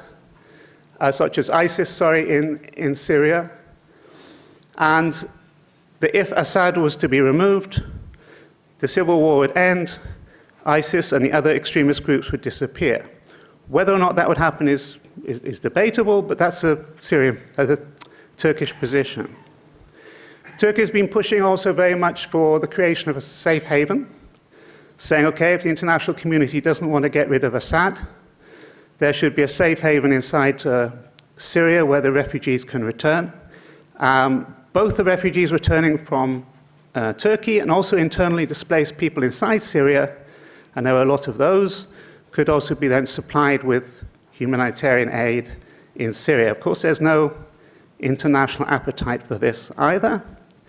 So Turkey has been saying until that happens, the international community, particularly the EU, should help in 2 ways. One is to take some of the refugees, and the other is to give some money to Turkey to look after those who are still going to stay behind. Just to give an example, I stole this map, I have credited them. If you look towards from your perspective, the left of the map, you see that the purple areas are controlled by the PYD, the Syrian Kurdish organization, and the yellow and brown, the brown is ISIS, the yellow is some other rebel groups. Turkey's idea was to set up a safe haven, and the yellow zone and part of the brown zone, basically to push back ISIS from those areas and to have a safe haven there. In June this year, in fact, Erdogan told the Chief of Staff, who's now retired, but he told the Chief of Staff to prepare military plans to go across and to use Turkish troops to establish a safe haven. The Chief of Staff said no. And so the Turkish military won't go in, and there is, of course, no appetite in the international community either to put troops on the ground. Quite happy to bomb, but not to put troops on the ground. The EU and the US position on Syria, as I said, no appetite for concerted military effort. As far as I can tell, the airstrikes aren't changing the course of the Syrian civil war.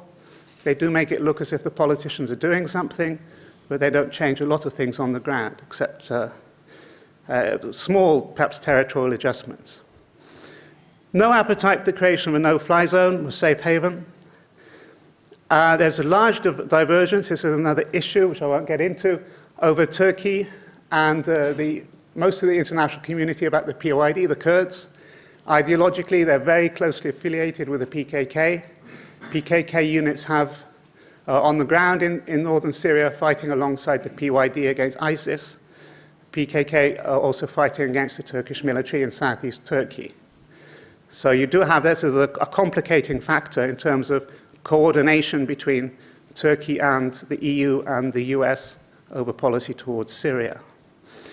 But there doesn't seem to be any clear EU or US strategy. I was in Washington a few weeks ago talking to people from a lot of different branches of the US administration and the security apparatus, and nobody seemed to have a clear idea about what to do in Syria.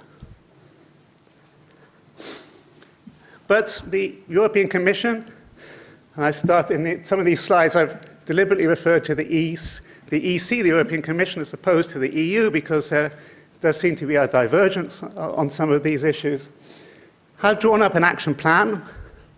There was a lot of debates, a lot of discussions between Turks and EC officials. And what they were just talking about in September and early October, the EU would accept a large number. At one time, 500,000 was being talked about in these discussions of Syrian refugees from Turkey, and then pay Turkey €1 billion to look after those who stayed behind inside Turkey. They tried to dangle a few carrots. Turkey, of course, is a candidate for EU membership. It's long claimed this means it should get exemption from visa requirements, certainly in the Schengen area. And so the EC promised Turkey, if you sign up to this deal, will relax some of the requirements, not to give Turks complete visa-free travel, but perhaps make it easier for businessmen and other people like that to get visas. At the moment, the process for Turkey is quite lengthy and quite painful, so they're talking about relaxing these requirements. Creation of processing centers where it'd be like a filter to vet those who were deemed to be real asylum seekers or real refugees, and those who were not, who were just economic migrants. Joint Greek-Turkish naval patrols in the Aegean to intercept the traffickers. An agreement by Turkey to accept those who were rejected by the EU and sent back. Also, the Commission offered to open some of the frozen chapters of Turkey's accession process if Turkey signed up to this deal. And I think critically, really, in the long term, there's a very critical progress report on Turkey's compliance with the requirements for membership of the EU. Of course, there was an election in Turkey on the 1st of November. Brussels leaks like a sieve, so everybody in Brussels knew that this was going to be a very negative report about Turkey. The European Commission offered to postpone that report in the hope that Erdogan would then be more willing to sign up to the deal. Basically, it was a bribe to Erdogan. So they did postpone the report, but Erdogan still didn't sign up to the deal. One of the problems here was that when Erdogan was actually in Brussels, the European Commission, on its official website, when he was still in Brussels, negotiations weren't going very well. On their official website, they posted the draft agreement and said, Turkey signed up to this. So Turkey, quite naturally, I think, I'm very critical of Erdogan and the government, but in this case, they had every reason to be furious. Erdogan returned to Turkey, the negotiations stalled. They have been continuing and still continuing as I speak at a lower level, but there's still no agreement at the moment. As things stand, EC is offering Turkey 3 billion euros, of which 500 million will come from the EC's own budget, and the 2.5 billion will come from member states. There's a list of how much each state is going to contribute. In a desperate effort to get Turkey to sign up to this, Chancellor Merkel traveled to Ankara in October, went to Erdogan's grandiose palace on the outskirts of Istanbul, had herself photographed sitting in some very kitsch neo-Ottoman chairs, huge boost to Erdogan's prestige, but still didn't get an agreement from Erdogan. As I said a few minutes ago, one of the things that the EC has been dangling in front of Turkey is the opening of some of these chapters of Turkey's accession negotiations. Some have been frozen by the EU as a whole, some have been frozen by the Republic of Cyprus. And at the same time as they were dangling this as a carrot, Merkel said, I'm always going to oppose Turkey ever joining the EU. So how much of a carrot can that be for Turkey? At the moment, the main issues being discussed, the number of refugees. So you'll see in a minute, I think somebody may be able to correct me, but the latest figures I have, 160,000 to be settled in the EU.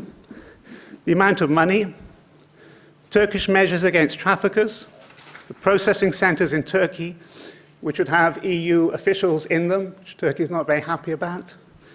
Readmission into Turkey, this actually is one of the easiest things, I think, to solve. This could be solved. Changes to visas. Again, it's possible to see some movement there that the EU could relax visa requirements for businessmen particularly, but you're not going to get Turks going to be able to go to the Schengen area without any visas at all. And the unfreezing of chapters, as I said, you've got to wonder how much of a carrot that is at the same time as you say, you have the most powerful country in the EU saying, even if the chapters are unfrozen, Turkey is never going to join. The main obstacles, there are, of course, resistance in some of the EU member states to taking these 160,000, or taking their quota of the 160,000. My own country is not very keen on taking many of refugees itself. Some EU members are also reluctant to cough up their share of the money. Turkey says the money is insufficient. I have a breakdown coming up in a moment about how this works out per refugee. Greece is refusing these joint patrols because there are a lot of islands in the Aegean which are disputed, and it doesn't want Turkish naval vessels patrolling around these disputed islands. And Turkey's bottom line is it wants a complete abolition of visas, not just a relaxation of some of the requirements. And as I said, this whole business of Turkey's EU accession process. So there's quite a few things to be agreed on. I haven't heard much about this in the last few days. I've been here for the last couple of days, so haven't been in contact so much. But certainly at the end of last week, people were still talking about having a meeting with Erdogan in Brussels on the 29th of November in the hope of getting some kind of deal. A lot of pessimism about being able to get the whole agreement signed. There is going to be a lot of pressure to have something to show if they get Erdogan all the way across from Turkey. So we may see some kind of face-saving announcement which doesn't have much substance to it. But even if the agreement was signed with Turkey today, and you take those 160,000 going to the EU, you have the 247,000 in the camps all close to the border. You still have 1.75 million refugees in Turkey outside the camps. And again, I said this is a kind of ballpark figure. We don't know exactly. And you have a lot more refugees in Syria waiting to come across the border. So it's not going to really solve much for Turkey. And if you break down the money, I asked quite a lot of people the last few months about, isn't 3 billion euros a lot of money? Well, it is. But you break it out. They're talking about distributing this over 2 years. If you distribute it over 2 years, it doesn't actually come to very much. So Turkey at the moment doesn't have any plans to build any new camps. Even if it does build some new camps, 14 euros a week is not a lot of money. So finally, my last slide, really asking questions. What's going to happen next? As I said, there's still no long-term strategy from Turkey about what to do. There's still no end in sight to the Syrian civil war. Even if the Syrian civil war ends tomorrow, which is not going to happen, these refugees are still going to be outside the country for a long time. The infrastructure is destroyed. Lots of them don't have places to go back to. They certainly don't have jobs and well-equipped towns and cities to go back to. So the social problems also for Turkey associated with these refugees are going to continue. Despite the election victory of the AK Party on the 1st of November, there are a lot of problems inside Turkey, a very deeply divided society, a lot of tension over the Kurdish issue. We also have an economy where the pace of growth has slowed noticeably. This is not the ideal situation to be trying to absorb or to care for 1.75 million Syrian refugees. And so we're probably going to see more social tensions. As I said before, it's very important for me is the vertical challenge for these. Some of these Syrian refugees initially came with money. And of course, the ones who came with money very often were from the middle classes. They've exhausted their savings, and they're now having to scrimp and save, or scrimp and trying to find some way of making a living in Turkey doing manual jobs. So it's very difficult, often physically, because they're not used to this kind of thing. And the jobs that are available tend to be unskilled manual labor. And I think the big question really is, and I could probably even ask you this, if you were a Syrian refugee, given all of this, will these Syrian refugees, even if the deal's done, would they be prepared to stay in Turkey? And given the challenges it faces, is the Turkish government really going to try to stop them getting into the EU? Thank you very much.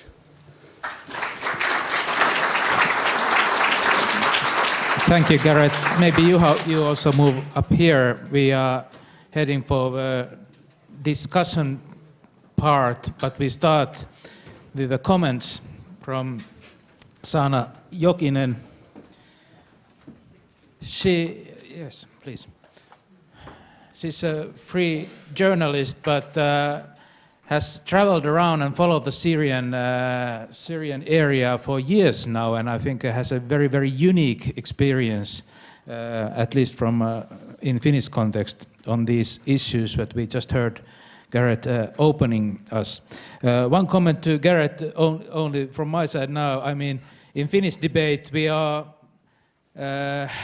following how the refugees are young, healthy male coming to Finland, but you just opened up the situation in Turkey in such a way that we now know where are the women and children and their ability to move on.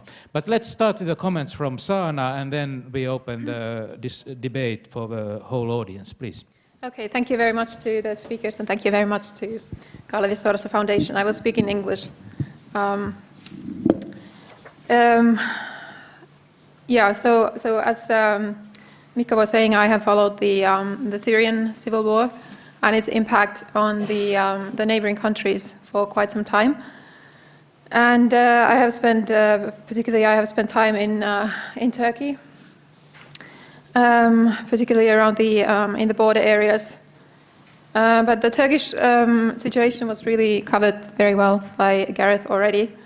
I don't have much to add to that. So maybe I thought it would be useful if I spoke a bit about how the situation has developed and how we have arrived to what we see today, and how, now the crisis also, we are witnessing it here in Europe also. So I thought it would be useful if I went back in time to late 2013. I was in Lebanon at the time. This was late 2013. And the population of Lebanon at the time was about 4.5 million. This is the Lebanese people, and including the Palestinian refugees. And the size of the country is about 10,230 square kilometers, which is about 3% of the Finnish territory. According to my calculation, I hope I got it correct. And the number of Syrian refugees at the time in Lebanon was over 1 million. So Lebanon was already a very unstable country before the arrival of the Syrian refugees. There was a civil war which ended officially in 1991, but arguably it hasn't really finished at all since then. The infrastructure was stretched to its limits. Everyone who has been living in Lebanon knows that there are daily electricity cuts. In some parts there's electricity perhaps 3 hours per day. And there are also daily water cuts already before the arrival of the Syrian refugees. Lebanon is also home to about 300,000 Palestinian refugees, the majority of which are living in poverty, and they don't have any hope of being granted the Lebanese citizenship. And the political system in Lebanon is based on proportional representation of the different religious groups. So this is also a challenge because almost all the Syrian refugees that are coming are Sunni Muslims. So in practice, they will have no hope of getting the Lebanese citizenship. So for this reason, Lebanon has done its best not to encourage Syrians to stay. There were never any official camps established in Lebanon, unlike in Turkey. And I have visited the camps in Turkey, and they are quite decent, whereas in Lebanon they are all unofficial and quite horrible.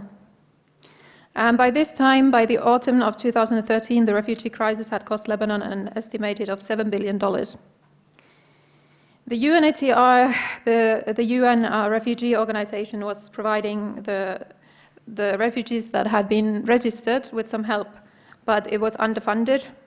Throughout the years, they have protested this, that they don't have enough funds. I think the last time they were forced to cut the food aid to Syrian refugees in Lebanon and Jordan was in the summer. And the situation in Syria at the time, the death toll was 126,000, and the number of refugees was over 2 million at the time. So this was late 2013. This was before ISIS even joined the fighting. So at the time, I remember writing some articles about the situation, but it really seemed like it didn't really concern Europe at the time because it was outside. It was not affecting Europe. So I think this was, it's useful to remember this, that the situation has been developing for a long time at the region, and Europe only seems to have woken up when the refugees started arriving to Europe. And I think the number that has arrived now is 750,000. Okay, so that, according to my calculations, again, is about 0.1% of European population. Whereas in Lebanon, for example, the number is, as presented by Gareth, is 1/5 of the people in Lebanon are Syrian refugees now. If we're talking about Finland, I think the number we are expecting to possibly arrive by the end of this year is 35,000. And again, according to my calculation, that's 0.6% of our population. So I hope that demonstrates the severity of the situation in the region. And this is quite normal, that when there is an armed conflict, usually the people run to, almost in all the cases, they go to the neighboring countries, which are much poorer, much less equipped to deal with this kind of refugee flows, arguably, than the rather wealthy European countries. So then I've been following the debates here in Finland about the refugee crisis, and sometimes tried actively to avoid the debates that we've had. So I see a lot of people, especially in Finland are questioning how is this our problem? Why are we forced to deal with the problem? The wars are happening in the Middle East. Now we see refugees arriving in Finland. How is this a European problem? So I would argue that there's a moral case that this is a European problem. A number of European countries have a long history in the Middle East. Countries such as France and all the great powers of Europe have a long history in the Middle East, and it hasn't always had only a positive impact on the region. Also, I think you can ask, why should it be a Turkish problem, or why should it be a Lebanese problem? As I've tried to explain, and Gareth has demonstrated it well, these countries are not very well equipped, actually not equipped at all to be dealing with this kind of flows of refugees. So just because they happen to be next to, because of their location, shouldn't Europe show more solidarity to these countries? I think it's also a European problem because there are an estimated 3,000 European jihadists have traveled to Syria and Iraq, and many of them have been become very important and prolific members of ISIS, for example, and they are really worsening the crisis in those countries also. And these people almost all of them have grown up in Europe. So I think that makes it a European problem also. And also, I think if you consider the amount of arms that European countries are selling to the Middle East, for example, France, 38% of French arms exports went to the Middle East. And the Middle East is the most important region for the French arms industry. Last June, for example, Saudi Arabia signed a deal with France. They bought $12 billion worth of arms from France. Germany has recently, in the first half of this year, Germany has exported arms, has sold arms, ammunition, military vehicles, and ships to Iraq, Kuwait, Jordan, Lebanon, the United Arab Emirates, and Saudi Arabia. So this is a bit controversial, considering, for example, Saudi Arabia, which is a supporter and is very actively actually exporting the Wahhabi ideology, which is not that different from the ideology of ISIS. And also Saudi Arabia is estimated to be beheading twice as many people as ISIS. So I think that was the moral case, but then I think it's also in the European interest to deal with this situation. One of the reasons is our geographical proximity to the Middle East. Unlike the USA, which has hardly accepted any refugees at all, now the Obama administration has suggested that they should take about up to 10,000 refugees from Syria, and this has already been, there has been a lot of opposition to this idea.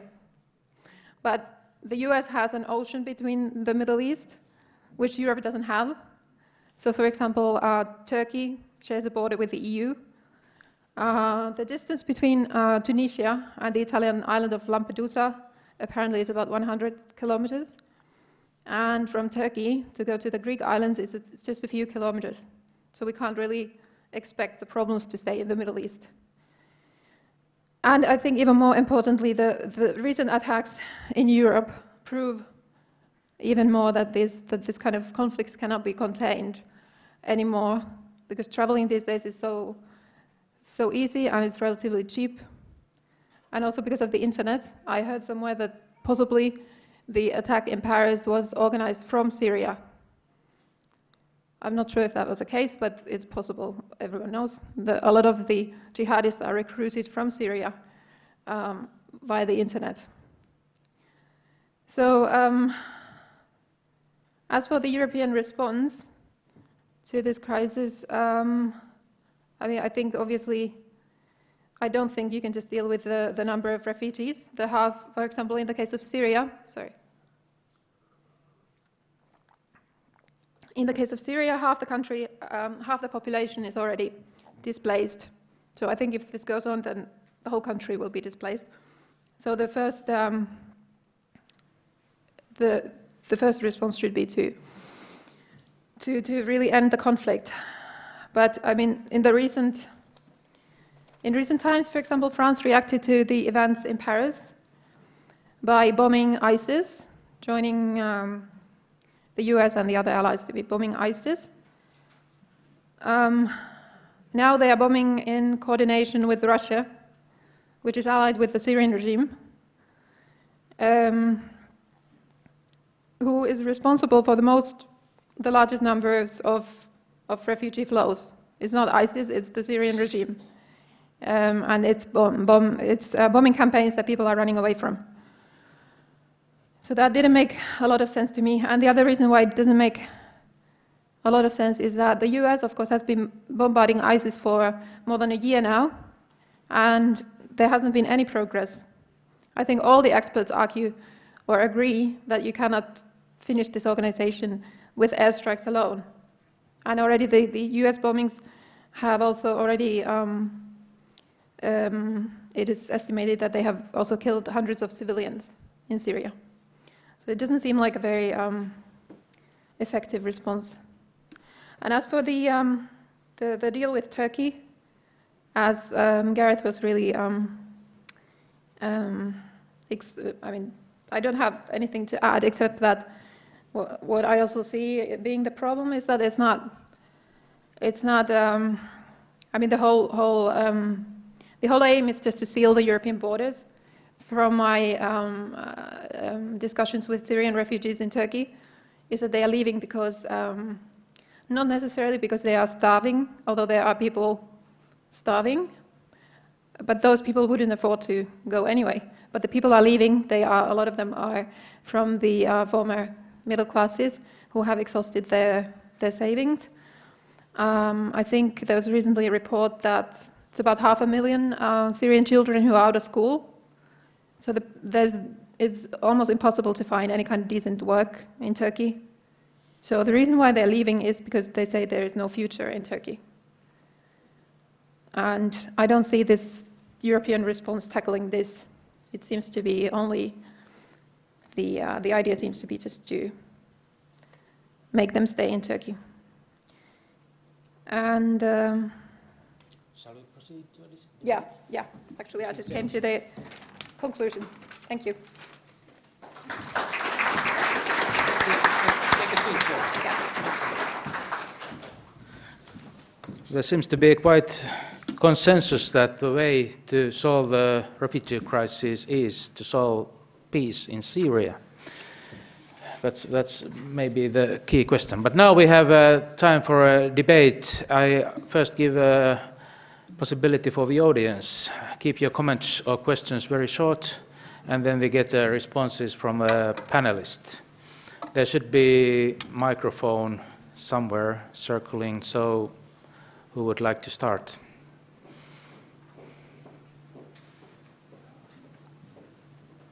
Everybody's waiting for the cafe.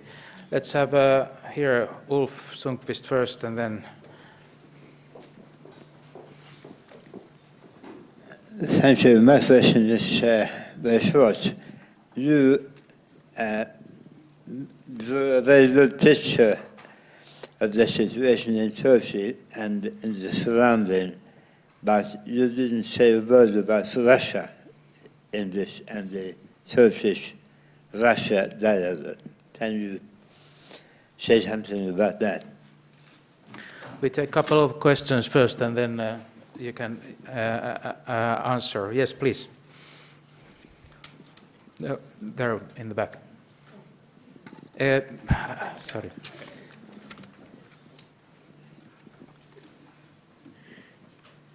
Yes, short comment.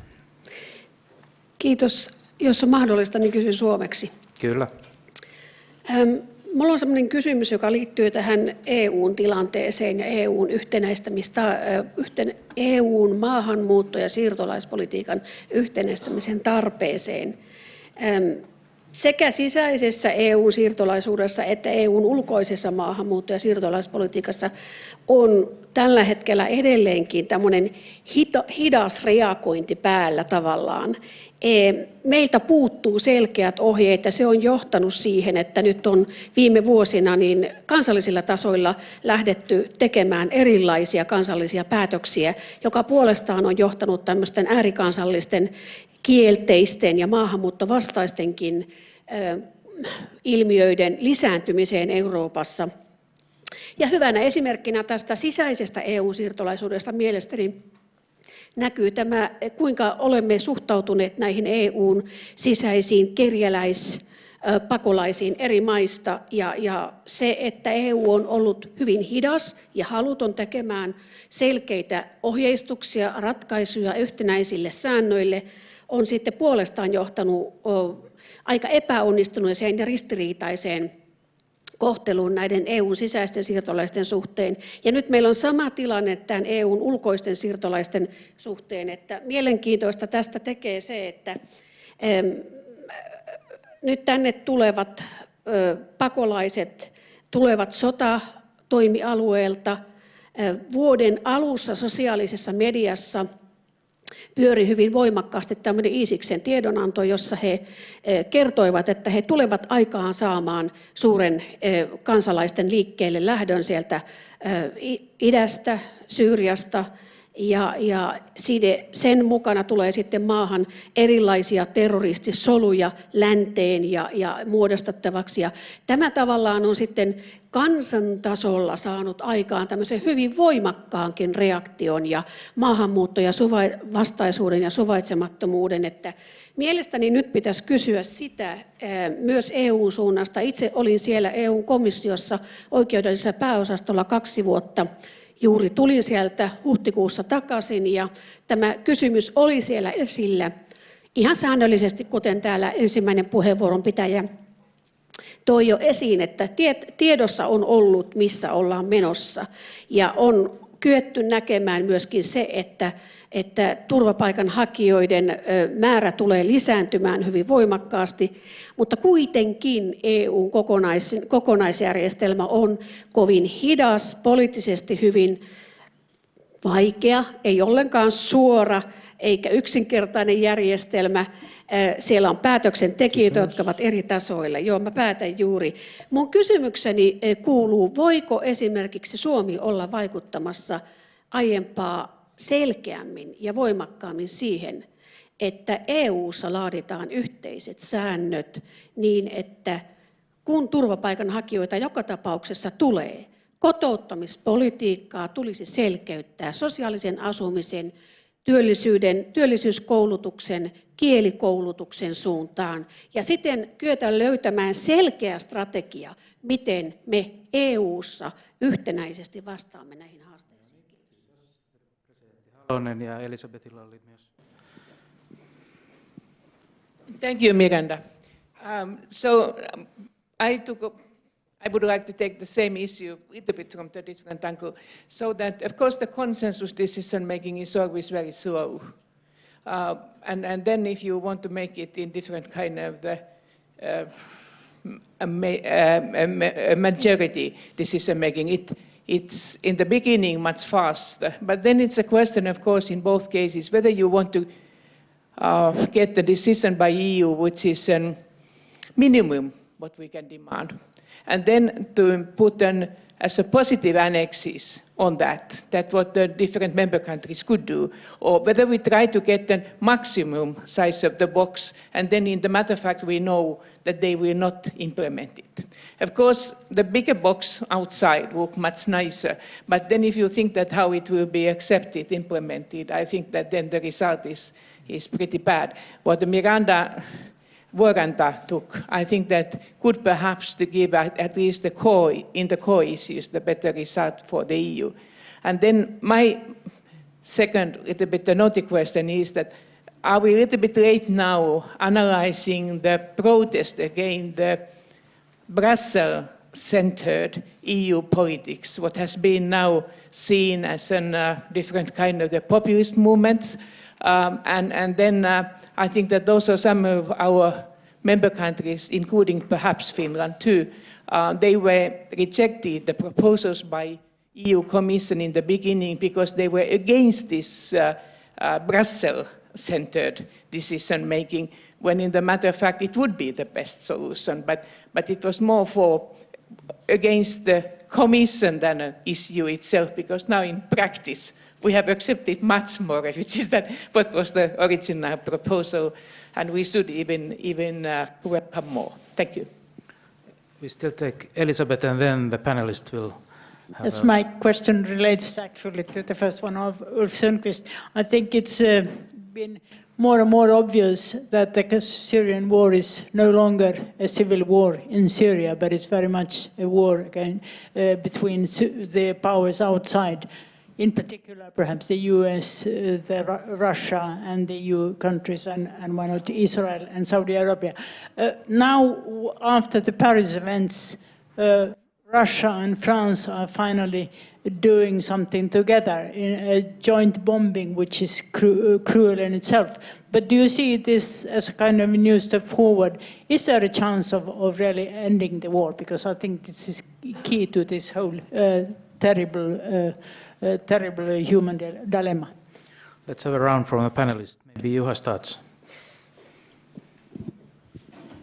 So now. Okay. Thank you very much. I think I will try to answer to the questions related to the EU and the EU's preparedness to face these things, and whether these issues should have been agenda already much earlier. I fully agree with Miranda and also President Halonen on the fact that these issues haven't advanced in the EU pipeline. My sense is that many of the issues dealing with asylum policy in the EU, also issues dealing with internal questions such as equality and non-discrimination, they have been advancing as long as they have reached the EU Council. And I think today the situation might be even, or before this crisis at least, it seemed to be a little bit more problematic, because the much underlined concept in the EU during this institutional cycle and the EU Commission is the better regulation. And of course we can discuss that in some issues that seems to be a very good way forward in the EU and the bureaucracy machine. But what I've heard from some of the civil society actors is that with this better regulation agenda, many of the legislative processes which are actually falling in the field of discrimination, non-discrimination, equality in the EU have been also put in the back burner. And perhaps this also explains partly how this has been advanced. But to the main question, what can we do now, or what kind of processes this might actually initiate? And in my view, we are actually facing a pretty similar type of problem that we faced with the euro crisis. We have a single currency, and then the question was to what extent we can have separate national economic policies, whether the system will work. Now in the Schengen area and more broadly in the EU, with all the freedoms that are enshrined in the treaties, we have a freedom of movement, but we haven't fully developed the system which could kind of guarantee that this system, the freedom of movement in EU, within EU and to EU with all its dimensions, would be on sound basis. And I would much like to see a similar ethos that we saw with the euro, that the euro is the heartbeat of EU. And now we really have to look into and repair those faults that the euro had to make this system work with this crisis that we now have in hand with the refugee crisis. But so far we have heard several very powerful statements, but we haven't yet, in my view, got into that same kind of crisis mood of thinking how the freedom of movement could be guaranteed in the EU. And it also has a kind of a very important element in terms of the legitimacy of the EU. because I'm not quite sure how many European citizens or the euro area citizens actually, what are their views in terms of the single currency, whether it's a good, whether they see it a very important thing for them, it's a good thing, or whether it's something that they are a bit hesitant still because they have memories of their national currencies, or they haven't agreed the plan in the first place. But however, when we talk about freedom of movement, I think there is much broader consensus among the European citizens that even given the flaws and the difficulties it might have bring, it is something which is seen as one of the key achievements of European integration. And of course now it's to see whether that perception, whether that feeling will stay with the European citizens. Maybe Gareth, you can proceed with a Russian question. In Finland, we always discuss Russia, whatever is the topic of a seminar. Yeah, but I won't mention the Winter War, so. The whole relationship between Turkey and Russia is very complex, and you have a lot of economic cooperation, for example. Turkey's main supplier of natural gas is Russia. Around about 1/3 of its oil comes from Russia. Russia's building Turkey's first ever nuclear power plant. And Russia was very important before the economic crisis in Russia in terms of tourism. But I think a couple of things. There's somehow, even though there's always been a difference between Turkey and Russia over Syria, previously they managed to compartmentalize this. And the economic relations used to continue until the Russians started bombing. And that has been a game changer. It's again a game changer in terms of Turkey-Russia relations, and of course it's been a game changer inside Syria. I'm not defending them, I'm very much opposed to what Russia's doing, but one of the things that struck me is at least Russia's got a policy. And when you look at the rest of the world, it doesn't seem to have a policy. Russia's very clear about what it wants. It wants to keep Assad in power. And it's doing its best to try to make sure that happens. And I think from that perspective, we're not seeing the same kind of determination and coordination coming from the rest of the world. And that makes things also very difficult for Turkey. From one perspective, you have two foreign countries who have influence with Assad. One is Russia and one is Iran. Turkish-Iranian relations are something else, also complex and compartmentalized. It has, as I said, it has damaged the relationship. We had a protest in Istanbul on Friday evening where some Turkish nationalists decided they were going to throw eggs and protest outside the Russian consulate in Istanbul. They're not probably the brightest of people. They actually went and protested outside the Dutch consulate and threw eggs at the Dutch consulate, which is the next door down.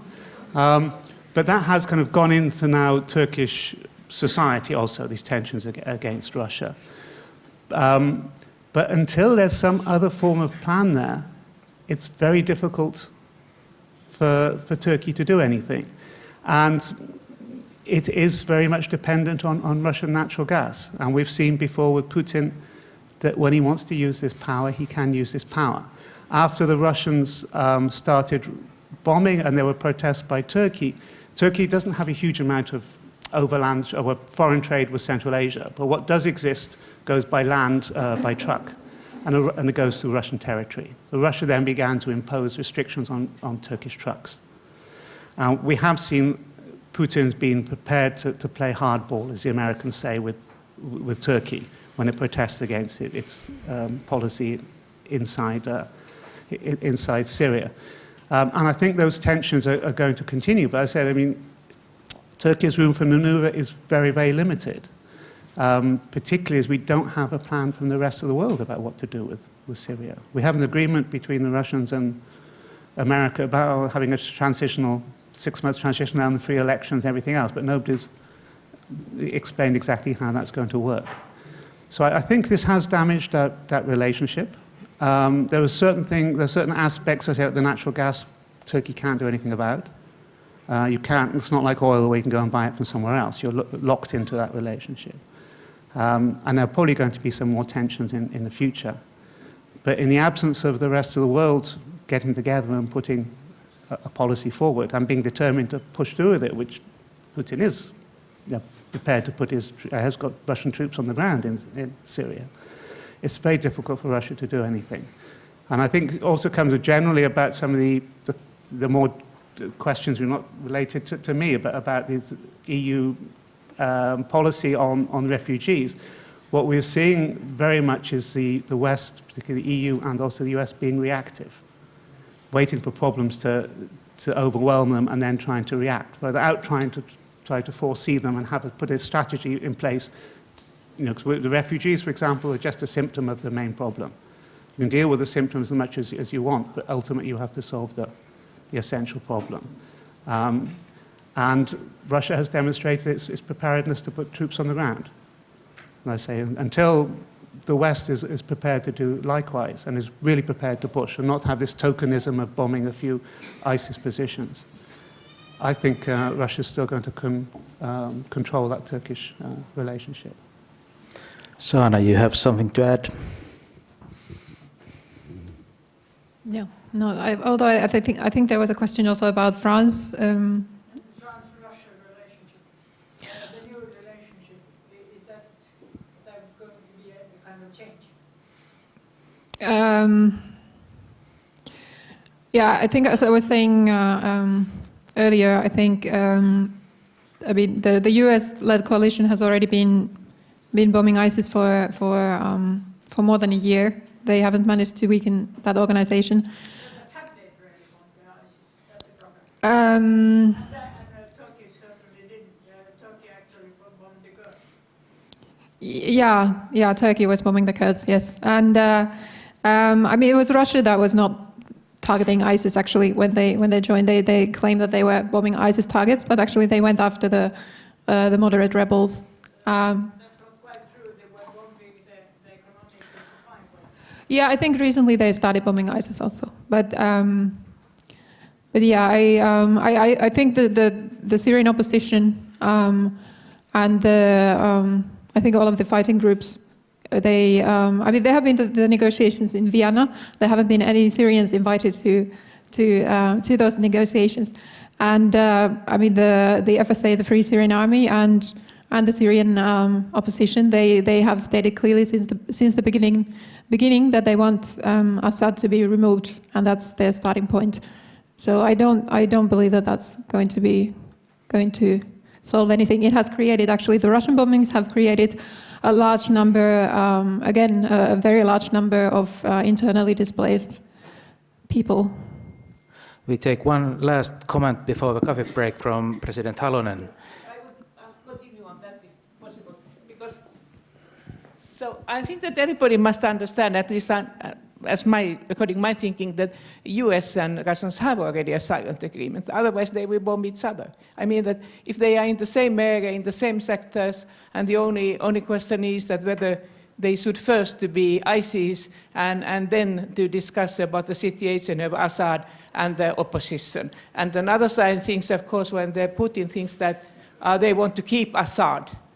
And then, of course, they don't make so much difference between which kind of the opposition there is, ISIS or the moderates. But I think that sooner or later they have to see also that ISIS is the biggest evil also by the Russians, so they will come to that conclusion. But Russians and French have always found each other. I mean, that's a long history. But I think that for the outsiders, it's quite much more interesting to see that everybody knows that Russia has been now there and is there. But we are behaving like it would be like we say the hippopotamus in the living room, that nobody wants to see it. That yes, they might clean the room before the others are coming. So I mean, this is a cynical saying, but I do think so that silently they have accepted that they will clean the place. What's of course very tragic with the civilians, which might be remaining still there. But am I just too cynical? Thank you. I think we all deserve a 15-minute coffee break after this very, very fruitful first session. We come back to the European level policies in the beginning of a second session, and then we move on to the societal crisis and so on. But 15 minutes coffee break.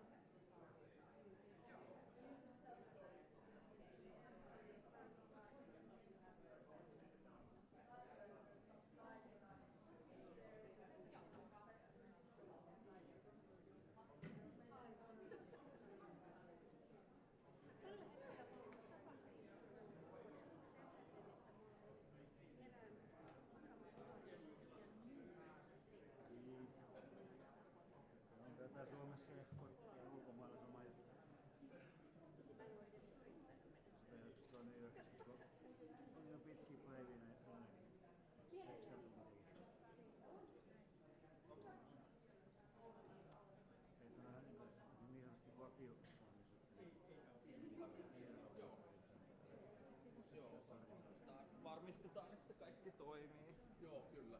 Kun se on niin hyvä se kun näkyy se esittäjä ja se esitys siinä. Ja se on niinku, se antaa niinku professionaalisen kuvan.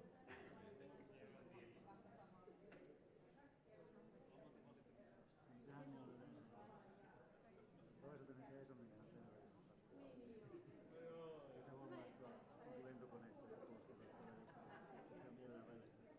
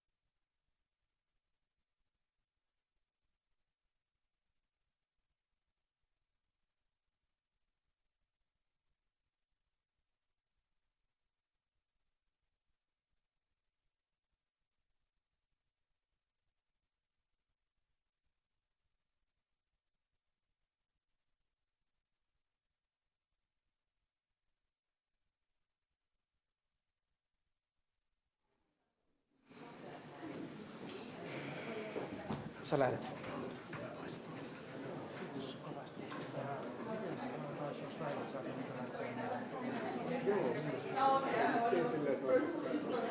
Joo, ne tulee tähän ohjelman yhteyteen ja siinä liitetään slaidit, tulee nettisivuille. Hyvä syksyä ja joo.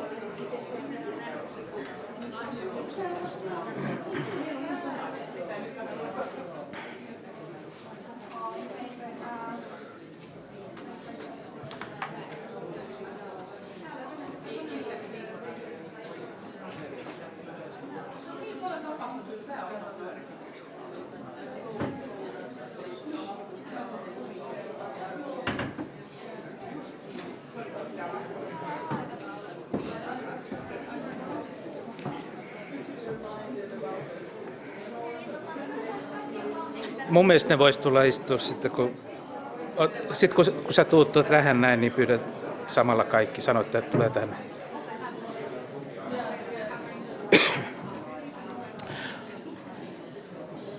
No niin, ruvetaanpa jatkamaan, etsitään istumapaikat ja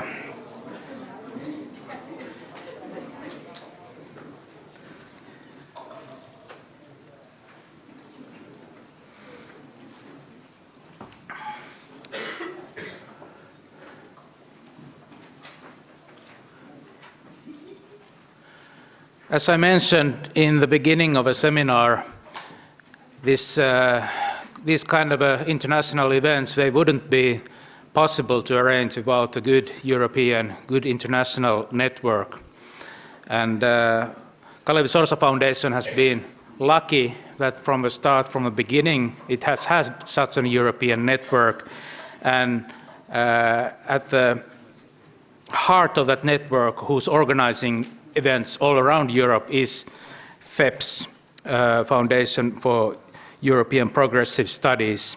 And I'm extremely pleased that the General Secretary of FEPS, Ernst Tetter, had a time and possibility to visit this seminar, particularly this seminar, because of its importance and actuality at the moment in Europe.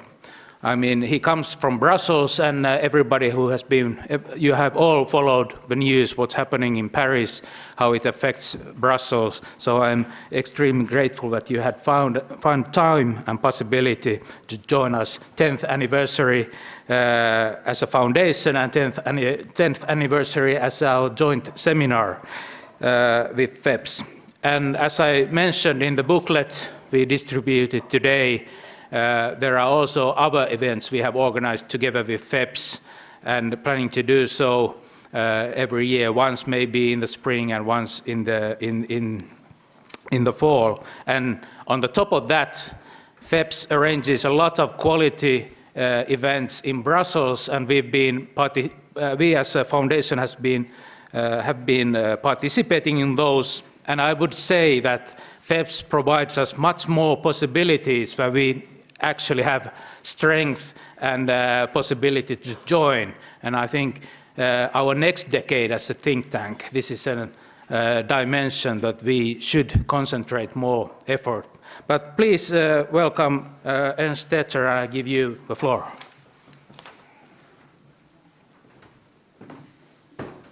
Thank you so much, Mika. Thank you so much also giving me today the opportunity to address you on the issue on migration and integration in Europe. But before starting, I would like to say something on what happened in Brussels this weekend, because I left this morning at 5 o'clock, and I left with very, very mixed feelings, my home and my family, because I think for somebody who has lived now for more than 15 years in Brussels, what we have so far had this weekend was not extraordinary, it was not exceptional, it was just a way you cannot believe that such a thing can happen in the European capital. All the shops were closed on Saturday. All the metro is not working. If you go in the city, we are living a bit at the border, there is military, there is tanks, there is people standing there, soldiers standing there with heavy weapons. There is police everywhere. It's an incredible situation. You cannot believe that this is a situation that you live in a European capital and you have to feel that you feel unsecure in a situation. Last night, it was announced that this kind of level 4, as they call it, will be prolonged today, so the whole day today. There is also no metro, there is also no schools open, there is no cinema, there is no theater, there is no university open. We don't know if this will continue, but on the other side, a city, the European capital cannot be closed down for days and days in such a situation. Last night, the police and the military, they have done, it seems, 19 different investigations all over Brussels.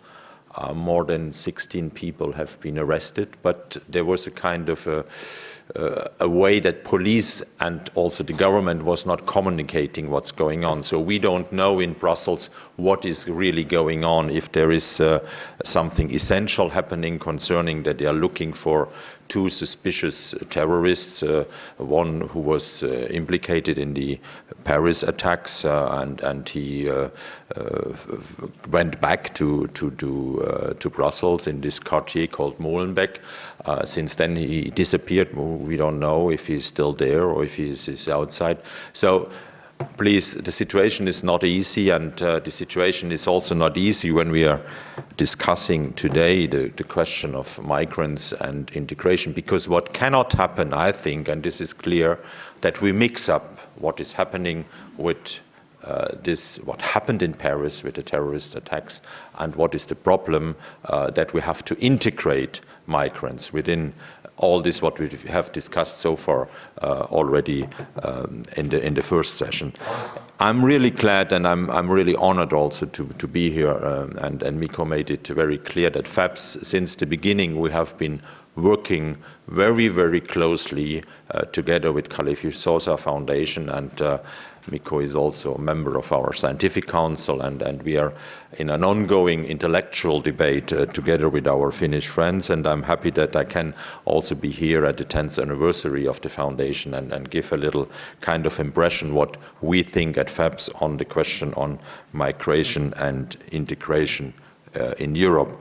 These past 10 years has brought many challenges, I will say, to us in Europe, and has seen the frame of the debate dramatically changing. Migration and integration has been always high on the agenda in Europe, but from an informed evidence-based policy debate, the discussion shifted more and more to a discourse where the very fundaments of the European Union are questions today. The right to asylum, Schengen, respect for human rights, these are all at stake as exclusionary political narratives challenges their universality. FAPS has very much welcomed what happened in the last month on the level of the European Commission and the proposals on migration. But in our debates, in our intellectual debates, we believe that there is a clear need to go beyond these proposals, what has been put on the table. And we have summarized this in the following, and don't worry, it will not be long, but we have developed so far 15 points, we think, which is necessary to debate about. And the first one goes back a bit to the fundamentals of our societies and the fundamentals of the philosophy on which we are based on. It goes back to Immanuel Kant, 1795, and I think Kant was also here in Helsinki and Finland, and he stipulated that universal hospitality and human rights had to be at the center of every evolving asylum and refugee policy. He already said this in 1795. Upholding European values starts with the unambiguous acknowledgement for refugees and asylum seekers of legal obligations under international conventions. I think this is sometimes missing currently in the debate.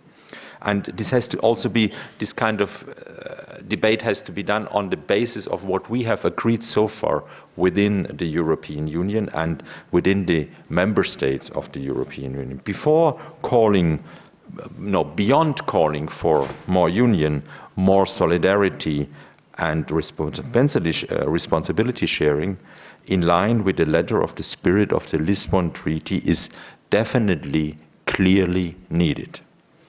The summit on the 9th of September of the European Commission and the decision on the emergency relocation system is needed, but the relocation of 160,000 people from Greece, Italy and Hungary to other EU member states is not a matter of solidarity, and this goes back to this what I said, but a matter of a legal and a moral duty. And the necessity is so obvious when we listen to the figures which have been given on the one hand. On the other hand, we have to be also very careful in saying, well, the EU has decided that. So far, till today, from these 160,000 decided, 50 or 55 people have been relocated. So you see this, well, there is a kind of a plan of action, there is a kind of a thing which is going on, but the implementation afterwards is very, very difficult and is often not done in the way as it should be done. The harmonization, point number 2. Number 3, the harmonization and acceleration of asylum decision processes is a matter of urgency. However, there are dangers of setting up a safe countries of origin lists which might undermine the integrity of the asylum procedure. I think later on we will talk also on the question of what's going on in Germany. When you have a situation that it takes more than 3 or 4 years to make a decision if somebody gets asylum or not, this is not acceptable. 4 years waiting for having a paper that you're an asylum seeker. What does this mean? You are 4 years in uncertainty, living in a country, and you have no rights, you have nothing, you cannot even, in some countries, can even not work. Where is your economic basis on this kind of living? The other point is, the introduction of a European humanitarian visa would contribute to safer entries. There is a need for establishing legal channels for refugees to come to Europe as close to the conflict region as possible. A lot of things would have been much easier, we think at FABS, if this kind of humanitarian visa has been established earlier and has been there on the thing. Today it's quite easy to travel. I traveled this morning from Brussels to Helsinki without any problem. But on the question that refugees are coming to the European Union, this is the whole Dublin system which is behind. This is the whole procedure which is behind. They cannot just buy a ticket, for example, in Istanbul or in Ankara to go to one of the European countries. So if there is this question that you can have a way, and the European Union is trying to establish this now with the so-called, I don't like this word, hotspots. I don't know what does this mean in practice, but nevertheless, that people are already, when they're asking asylum, then also the relocation can be done a bit perhaps better than it's now, to open them up just the entry, and then they flee through the Balkans and come to Hungary and Austria. So this is a terrible situation for a lot of people. So if we try to establish this kind of humanitarian visa, and we give a possibility that people can also go directly then to a country where they are assigned to go, then perhaps the situation is not so dramatic or can be de-traumatized to a certain extent. It's clear that more refugees will come, and European leaders need to be prepared to go beyond this first step of 160,000 people very, very soon. And that what was proposed by the European Commission President Jean-Claude Juncker, that the quota system, which is under discussion, must be a permanent mechanism. This is quite obvious, I think, because people will be on the move also in the next years, and what we heard so far, the war in Syria will not be settled very quickly, and there will be a situation for the upcoming years that there will be still a huge number of refugees seeking asylum within the European Union. Also, the UK, Ireland and Denmark, who are not legally committed to the EU migration and asylum policy, have to contribute their fair share to mitigating the migration and refugee crisis. The same goes for other associated states, notably Switzerland, Norway and Iceland. Progress is seen in stabilizing the central Mediterranean refugee pathway, but this situation remains still intolerable. And the EU needs to replace operations with a sustained permanent policy that ensures EU interventions in the long run. Hence, the urgency is clear to set up a European border and coast guard system with a strong humanitarian dimension and with utmost respect for human rights.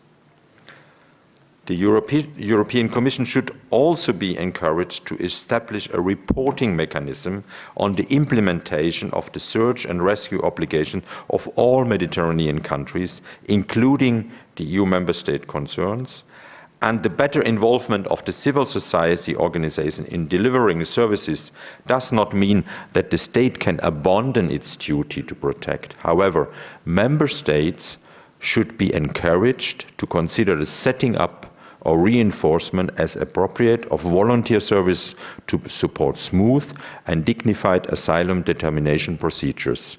Civil society should be encouraged to engage much more with its communities and regional authorities to establish platforms for the operation, coordination and implementation of civil society activities.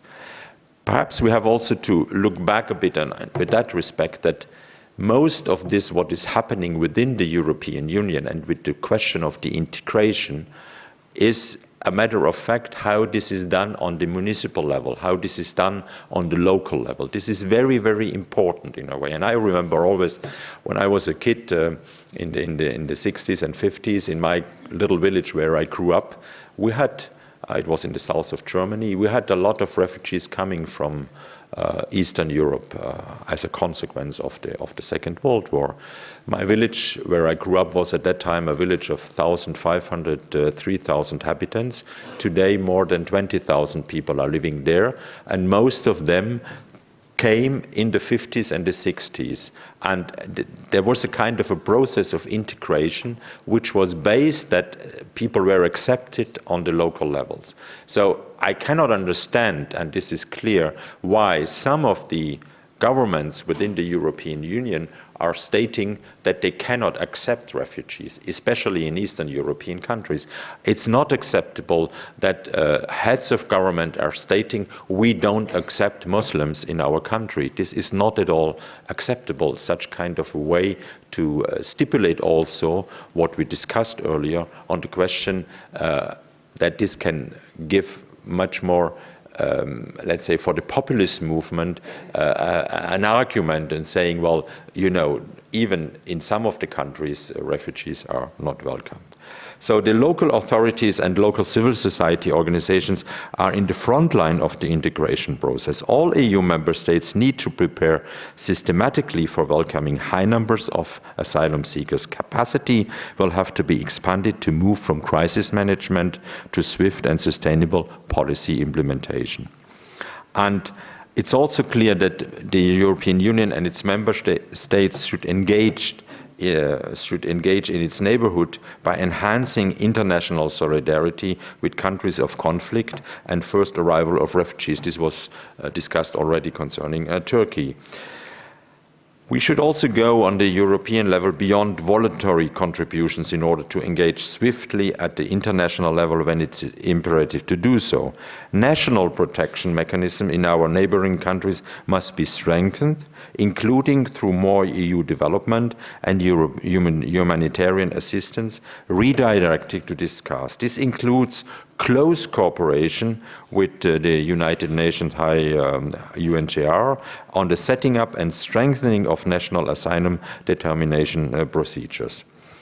And as concerns other actors, the EU and its member states are encouraged to act jointly in international fora, such as the UN, to broaden solidarity with the victims of the Syrian conflict, including by mobilizing the support of other nations such as the United States, Canada, or the Gulf states.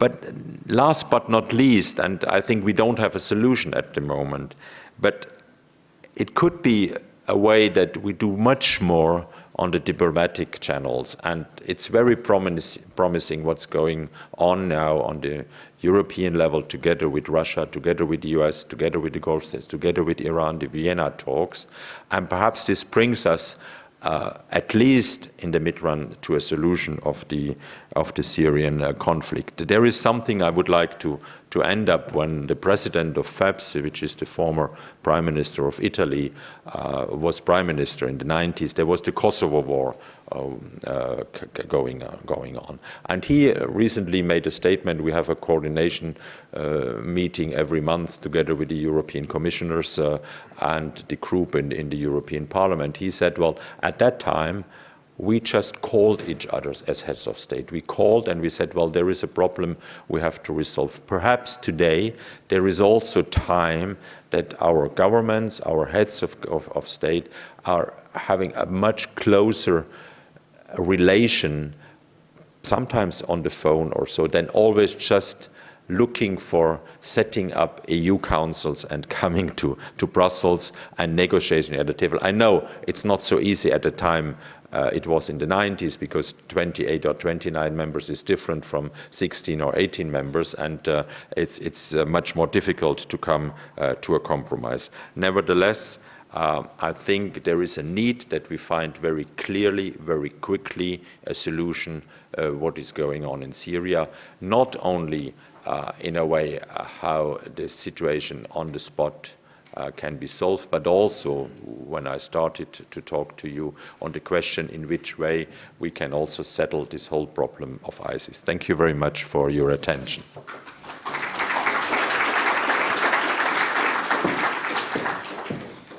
Thank you, Dr. Stetter. Good afternoon to everybody. My name is Merja Jutila-Ruun. I'm project researcher at Kalevi Sorsa Foundation, working on issues of democracy, and I will be the chair of this session. If I could ask all the speakers in this session to come up here so we can have easier transitions. So yeah, just please have a seat. So in this second session, the focus will be more on responses at individual member country, EU member country level. We will have 3 country cases, followed by commentary, and then after, if you could please save your questions till the end, so we will have a question and answer during the discussion period at the end. But first up, we have Nasima Razmyar. She's a member of the Finnish Parliament. She's well known for speaking on issues of immigration and racism. Ja suomeksi Nasima tuskin sen enempää esittelyä kaipaakaan. Eli ole hyvä, kansanedustaja Nasima Razmyar.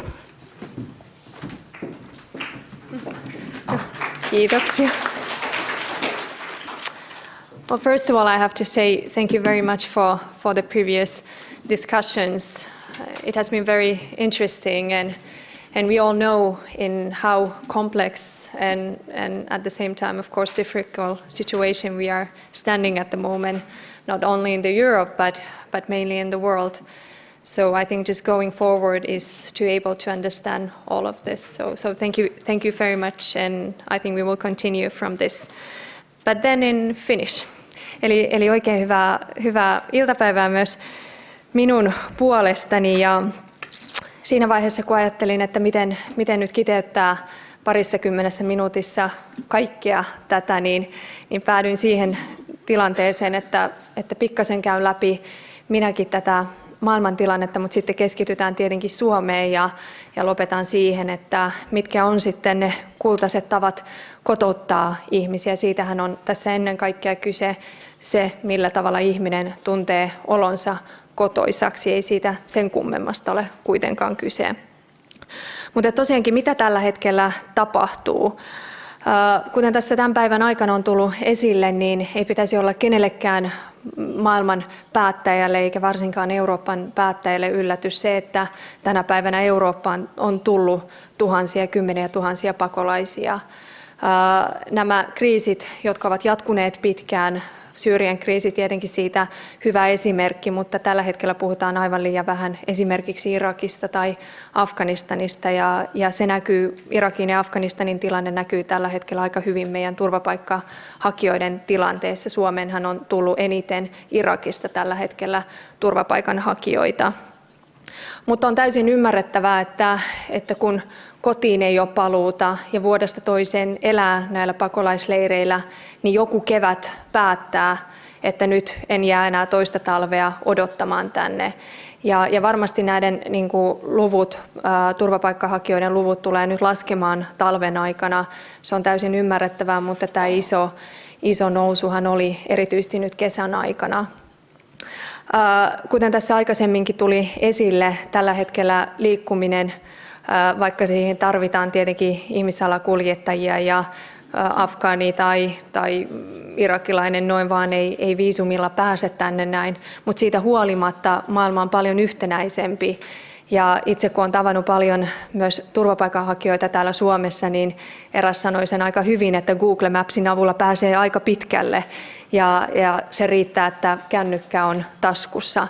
Eli maailma on erilainen ja tämä maailma muuttuu myös kovaa vauhtia. Ja jos Eurooppa kokee tällä hetkellä, että tämä pakolaistulva on tässä ja nyt ja se päättyy jossain vaiheessa, niin siinä me olemme erityisen väärässä, koska muuttoliike ei tule loppumaan. Päinvastoin ihmiset tietävät, mitä maailmalla tapahtuu. Ihmiset jo tietävät, minkälaista Suomessa tällä hetkellä on. Ihmiset tietävät, minkälaista Euroopassa tällä hetkellä on. Niin kyllä tämä liikkuvuus tulee entistä enemmän vielä muuttumaan ja näkymään myöskin täällä Euroopassa. Yhtä lailla, kun olen itse kiertänyt paljon näitä vastaanottokeskuksia, niin ehkä tämä yleisin kysymys, mikä aina tulee, on se, että minkä takia nyt erityisesti nuoria miehiä on tulossa Eurooppaan ja sitä kautta myös Suomeen. Ja tapasin myös tällä viikolla Lahden uudessa vastaanottokeskuksessa nuoren miehen, joka kuvaili minulle aika hyvin tämän tulomatkan Suomeen. Hän sanoi, että 4 kuukautta on kestänyt se, että he pääsivät ylipäänsä Kreikan rajasta Suomeen saakka ja pitää muistaa, että kauan siinä on kestänyt tulla Kreikan saakka.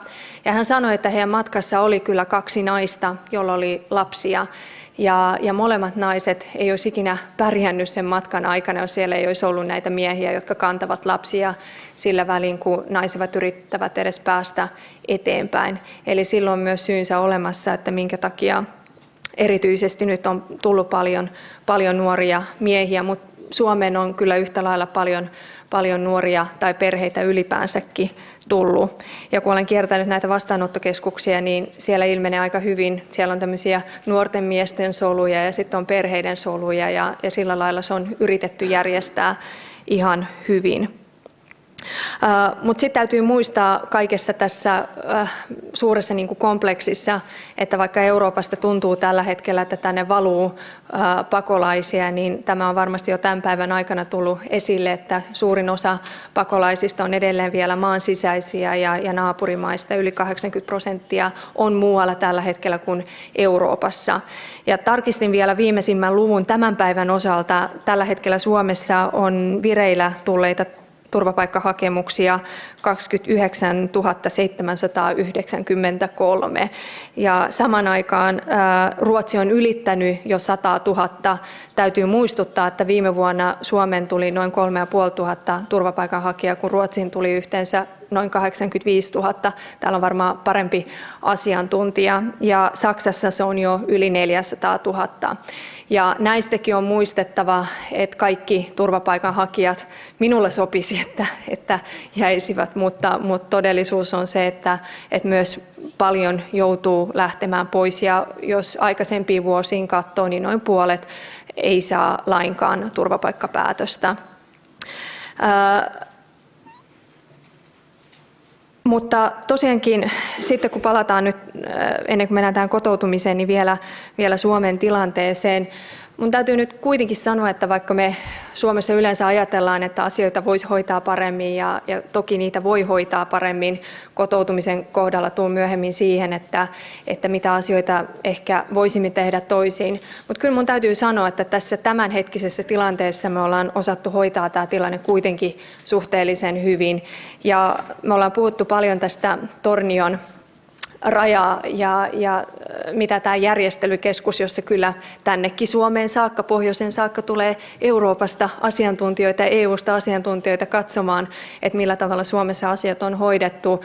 Ja mun mielestä se on ihan paikallaan, koska kävin juuri viikonloppuna rajalla ja katoin sitä toimintaa, katoin erityisesti tämän järjestelykeskuksen toimintaa, niin onhan se hienolla tavalla hoidettu. Toki poliisit kuvasivat sen tilanteen aika hyvin, että no, kohtahan tänne ehkä joku seinäkin rakennetaan, mutta odotetaan nyt toistaiseksi. Toivottavasti tämä inhimillisyys toimii ja mä toivon, että tämä on se suunta, millä tavalla me tullaan niin kuin jatkossakin ratkaisemaan. Ja tämä on ollut myös hyvä tapa tietenkin siirtää myös muihin vastaanottokeskuksiin eteenpäin niin, että tiedetään, ketkä Suomeen saapuvat ja sitten ennen kaikkea löydetään näitä paikkoja, koska paikat ovat olleet toki hyvin vähissä tällä hetkellä. Ja Torniossa kerrottiin hyvin, että silloin ruuhkaisempina aikoina, kun tänne saattoi tulla satoja pakolaisia päivän aikana, jopa 1000, niin bussit vaan lastattiin ja kuskille sanottiin, että mene nyt vaan matkaan, eikä tiedetty, että minne kuski menee ja mihin hän on viemässä turvapaikanhakijoita, koska ei ollut mitään tietoa, että missä vastaanottokeskuksessa kenties voisi olla tilaa. Mutta tämä tilanne on toki tällä hetkellä paljon parempi ja on ollut ilo huomata, että näitä vastaanottokeskuksia paitsi tietenkin valtion puolesta SPR:n toimesta on pystytetty, niin myös kansalaisjärjestöt ovat tulleet mukaan ja niin on toki myös yksityinen tullut tähän koko kompleksiin mukaan. Mutta sitten jos tämän loppuajan käyttää siihen, että mikä on sitten se oikeanlainen kotoutuminen, tämä on aina jotenkin, itse tietenkin kun on aikanaan myös Suomeen tullut turvapaikanhakijana ja tiedän varsin hyvin sen tilanteen, kun ihminen tulee, jolloin ei osaa paikallista kieltä, ei oikeastaan tiedä mitä ympärillä tapahtuu. Niin kuin siitä eteenpäin on aika vaikea kuvitella, että mihin se elämä sitten oikeastaan menee, mistä sitä apua saa ja mistä saa turvaa. Mutta ihmiset aika lailla osaavat kyllä eteenpäin siitä tilanteesta, kuten nytkin tällä hetkellä moni turvapaikanhakija on sanonut itselleni, että ensimmäistä aikaa pitkään aikaan heistä tuntuu, että he voivat hengittää. Ja tämä hengittäminen on kovin tärkeä asia. Ja vaikka tällä hetkellä meidän yleinen keskustelu aika lailla perustuu ihan hyvään teemaan, että miten me saadaan turvapaikanhakijat mahdollisimman nopeasti työelämään. No jos joku pystyy heille työtä tarjoamaan tuosta noin vaan, niin ole hyvä. Mutta mä toivon, että me keskitytään enemmän siihen, että miten ihminen pystyy seisomaan omilla jaloillaan ja miten saa ylipäänsä kiinni siitä yhteiskunnasta ja paikasta ja paikkakunnasta, missä hän parhaillaan sijaitsee. Ja on äärimmäisen tärkeää, että tämä keskustelu kotoutumisesta on ihan oikeasti nyt ensimmäistä kertaa siirtynyt myös vastaanottokeskuksiin. Näin kauan kuin itse olen elänyt Suomessa yli 20 vuotta, niin ei ole kertaakaan puhuttu siitä, että mitä vastaanottokeskuksissa tapahtuu. Se on ollut meille tila, jossa ihmisiä säilytetään niin kuin ihmisiä säilytetään, mutta ei oikeastaan puhuta siitä, että millä lailla sen vuoden 2 voisi ihan oikeasti käyttää hyödyksi. Ja siitä huolimatta, vaikka puolet lähtisikin pois Suomesta, niin musta tuntuu, että se on arvokasta, että sen muutaman suomen kielen sanan osaa missä tahansa päin maailmaa. Eli sinänsä se kotoutumisen työ, mitä aloitetaan vastaanottokeskuksissa, ei ole turhaa. Mä silloin lapsena itse mietin, kun kävelin niitä käytäviä pitkin ja kyselin omilta vanhemmiltani, että minkä takia täällä on niin hiljasta päiväsaikaan, eikä näy ihmisiä. Ja silloin mulle sitten valkeni, että ihmisethän nukkuu siellä päivisin, koska on paljon helpompi kestää sitä yöaikaa, jolloin muu yhteiskunta tavallaan ei toimi. Ja tämä ei ole millään lailla myöskään psyykkisesti ihmisille kestävää. No mitä kaikkea siellä vastaanottokeskuksissa voidaan tehdä? Järjestää erilaisia talkoja, järjestää erilaisia tapahtumia. Parasta aikaa monissa kunnissa käydään esimerkiksi palvelutaloilla, päiväkodeissa, tutustutaan mistä on kyse ja mitä kaikkea tapahtuu. Mutta nyt tosi aktiivisesti, kiitos vapaaehtoisten, hirveän monessa vastaanottokeskuksessa on aloitettu suomen kielen opinnot. Siellä on ihan päiväjärjestys. Ei ole tietenkään, ei puhuta 4-5 tunnista, mutta pari tuntia päivässä on jo todella paljon, jotta saa keskustella jonkun ihmisen kanssa suomea. Ja myös oli ilahduttava, juttelin erään nuoren herran kanssa tällä viikolla, niin hän sanoi hyvin, että mistä saa suomen kielen sanakirjoja, että se on ensimmäinen juttu, minkä he yrittävät löytää. Niitä sanakirjoja kannattaa joka ikiselle antaa tai ainakin jonkinlaista sanakirjaa. Mutta kyllä ihmiset haluavat oppia suomen kieltä ja se suomen kielen opiskelu on äärimmäisen tärkeää. No tietenkin siinä vaiheessa sitten, kun jää Suomeen, jää kyseiseen, mikä on sitten ikinä se paikkakunta. Tuossa äsken kerroinkin, että kun on kiertänyt eri puolilla Suomea, johon on nyt tulossa vastaanottokeskuksia, yleensä se keskustelu, kun menen paikan päälle, on sitä, että tänne ei haluta ja on vaikeaa, että tämä tekee huonoa meidän asunnon arvoilla, mitä kaikkea siellä on paljon erilaisia syitä, mutta sitten kun tilaisuus päättyy, niin hirveän moni sanoo, että onhan tälle kunnalle iso merkitys, että miten me saadaan ihmiset jäämään tänne näin. Et toisaalta meidänkin on muistettava, että vaikka se keskustelu saattaa kuulostaa välillä negatiiviselta, mutta hetken kun istuu alas ja keskustelee asiasta, niin myös ne negatiiviset mielipiteet on ainakin mun nähdäkseni muuttunut ihan positiiviseksi. Mutta sitten tosiaankin kielen opiskelu, se mitä varmasti moni, ei vain Suomessa, mutta olen kuullut, että Ruotsissa ja Norjassa on hieman sama tilanne, miten kielen opiskelu voi sitten olla maahanmuuttajille intensiivistä. Se, että käy kielikurssin ja välissä on 8 kuukautta taukoa, jopa vuositauko, niin jokainen, joka on käynyt ranskan kieltä opiskelemassa iltakoulussa, tietää, että ranskan kieltä ei opi, mikäli A ei ole kontaktissa jonkun kanssa ja B pitkiä taukoja siinä välissä. Ja tämä on semmoinen ensiarvoisen tärkeä asia, että vaikka taukoja tulisikin väliin, niin millä tavalla me voidaan hyödyntää tilannetta niin, että ihmiset käyvät vaikka sitten eri kansalaisjärjestöissä, eri keskustelukerhoissa puhumassa ja käyttämässä suomen kieltä. Ja toisaalta, miten suomen kieltä voi sitten yhdistää paremmin ja paremmin työelämään, vaikka se ei olisi heti ensin se palkkatyö, niin ainakin työn elämän kautta voi paljon paremmin tutustua yhtä lailla myös paitsi suomalaisen kulttuuriin, niin opiskella myös suomalaista kieltä.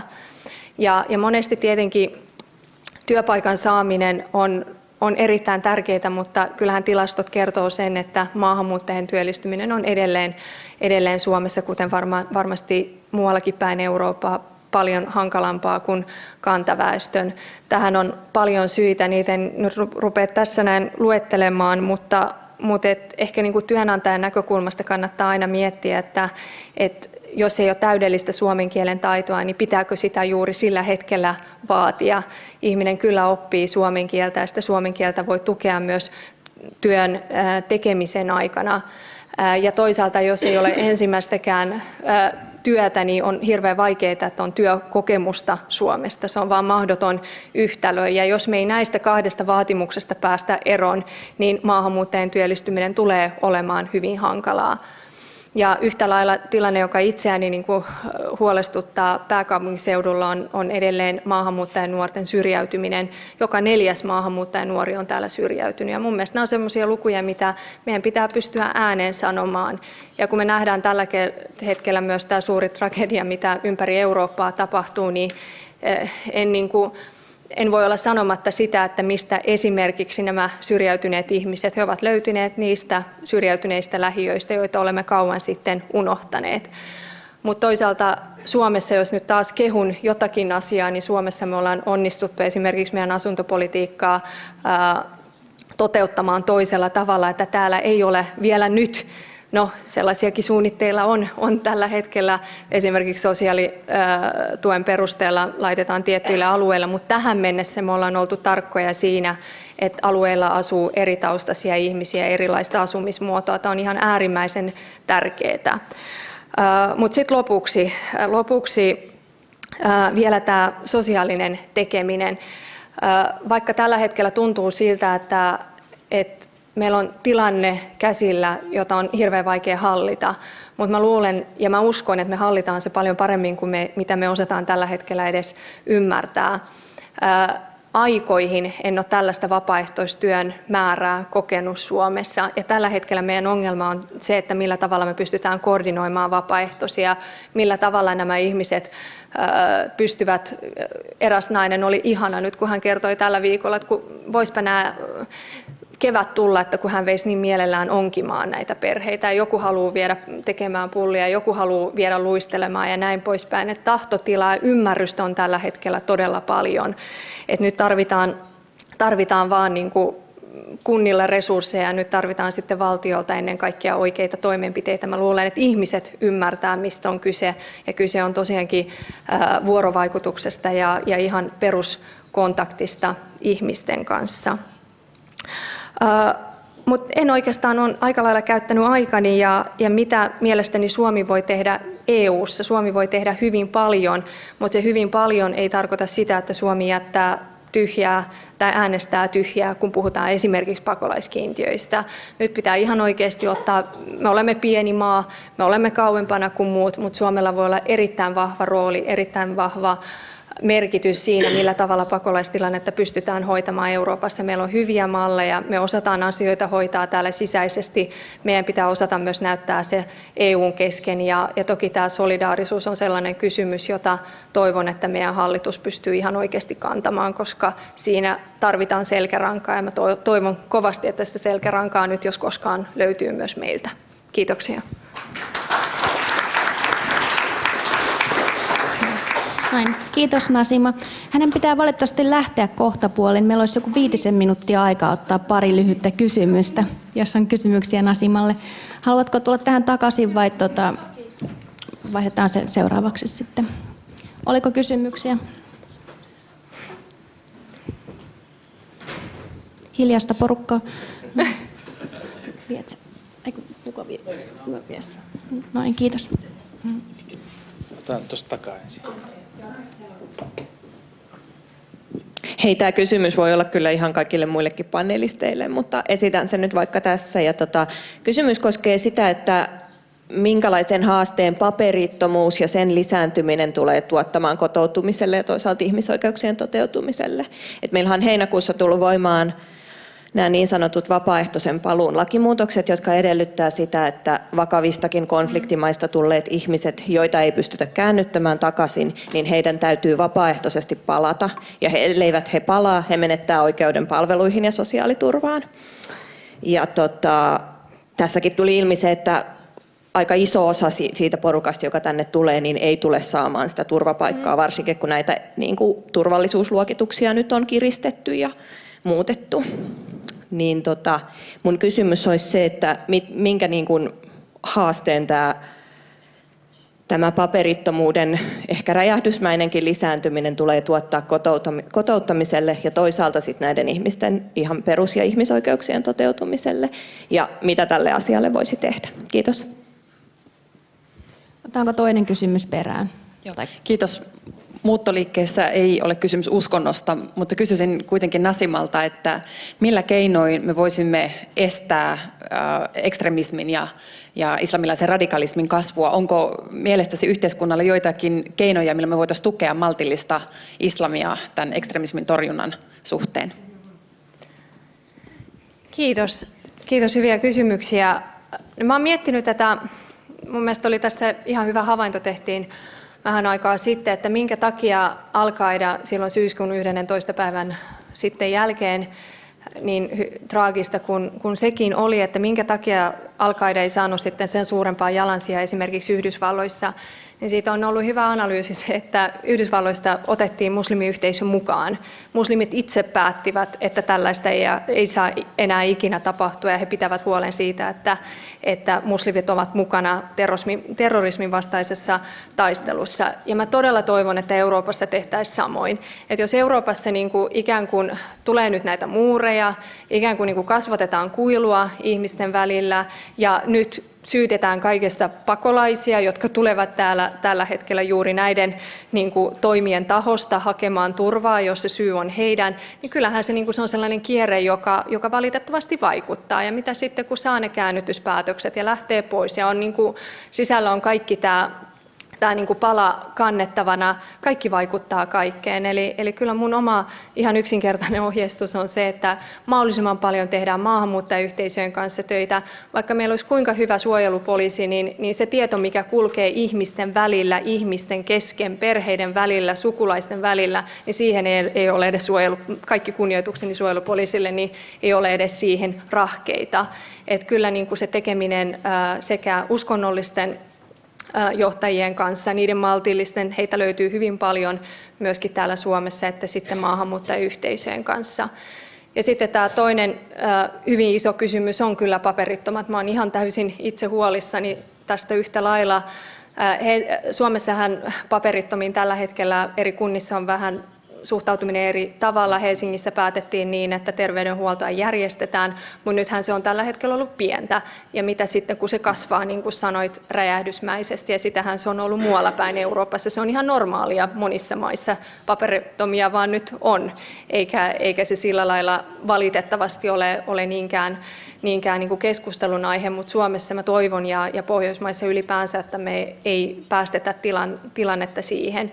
Ja tämä Irakin tilanne on sellainen, josta me puhutaan aika vähän täällä näin, mutta jos viime vuonna irakilaiset saivat turvapaikkapäätöksiä positiivisia, ihan lähestulkoon kaikki, niin millä lailla Irakin tilanne on nyt muuttunut vuoden aikana niin paljon, että he eivät yhtäkkiä saakaan? Onko Irakin tilanne tosiaankin niin paljon parempi nyt tämän vuoden puolella? Että kyllä nämä vaikuttaa, nämä on tietoisia valitettavasti poliittisia päätöksiä, mitä me tehdään. Ja mä sanoin, ei niiden kanssa pidä elää, mutta tällä hetkellä tämä on hyvin paljon myös politiikkaa, mitä tehdään, ja se on valitettava tosiasia. Mutta täällä varmasti osataan vielä paremmin vastata, anna aikaa heille, jotta en vie koko. Ehditäänkö vielä ottaa vai pitääkö sun lähteä? Ei mun pidä, mutta onko vielä yksi lyhyt kysymys? Sitten poikki.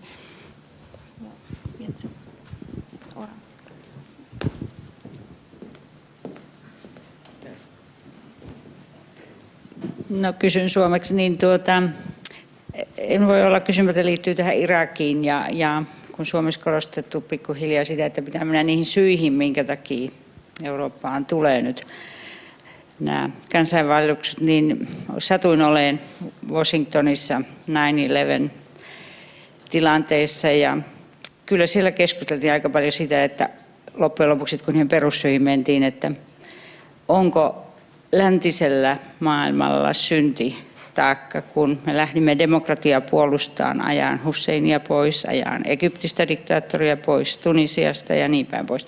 Eli ja jo Afganistan tapaus. Eli syiden etsiminen on aika raadollista meille länsimaisen demokratian puolustajille, että sinne on hyökätty hyvin syin. Jotkut maat lähti Irakiin innolla ja jotkut vastentahtoisesti ja jotkut ei lähtenyt ollenkaan läntisestä maailmasta, niin se keskustelu, niin luuletko, että se käydään Suomessakin jossain vaiheessa, että missä ne alkusyyt on?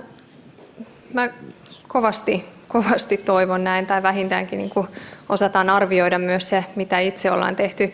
Ja pahoittelen nyt, tämä menee huumorin puolelle, mutta on ihan pakko sanoa, koska tämä nyt tuli mieleen. Donald Trump, hän presidenttivaalikampanjassa on sanonut, että itse asiassa Gaddafi ja Hussein ovat olleet meille parhaita liittolaisia, että mitäs menitte sinne koskaan.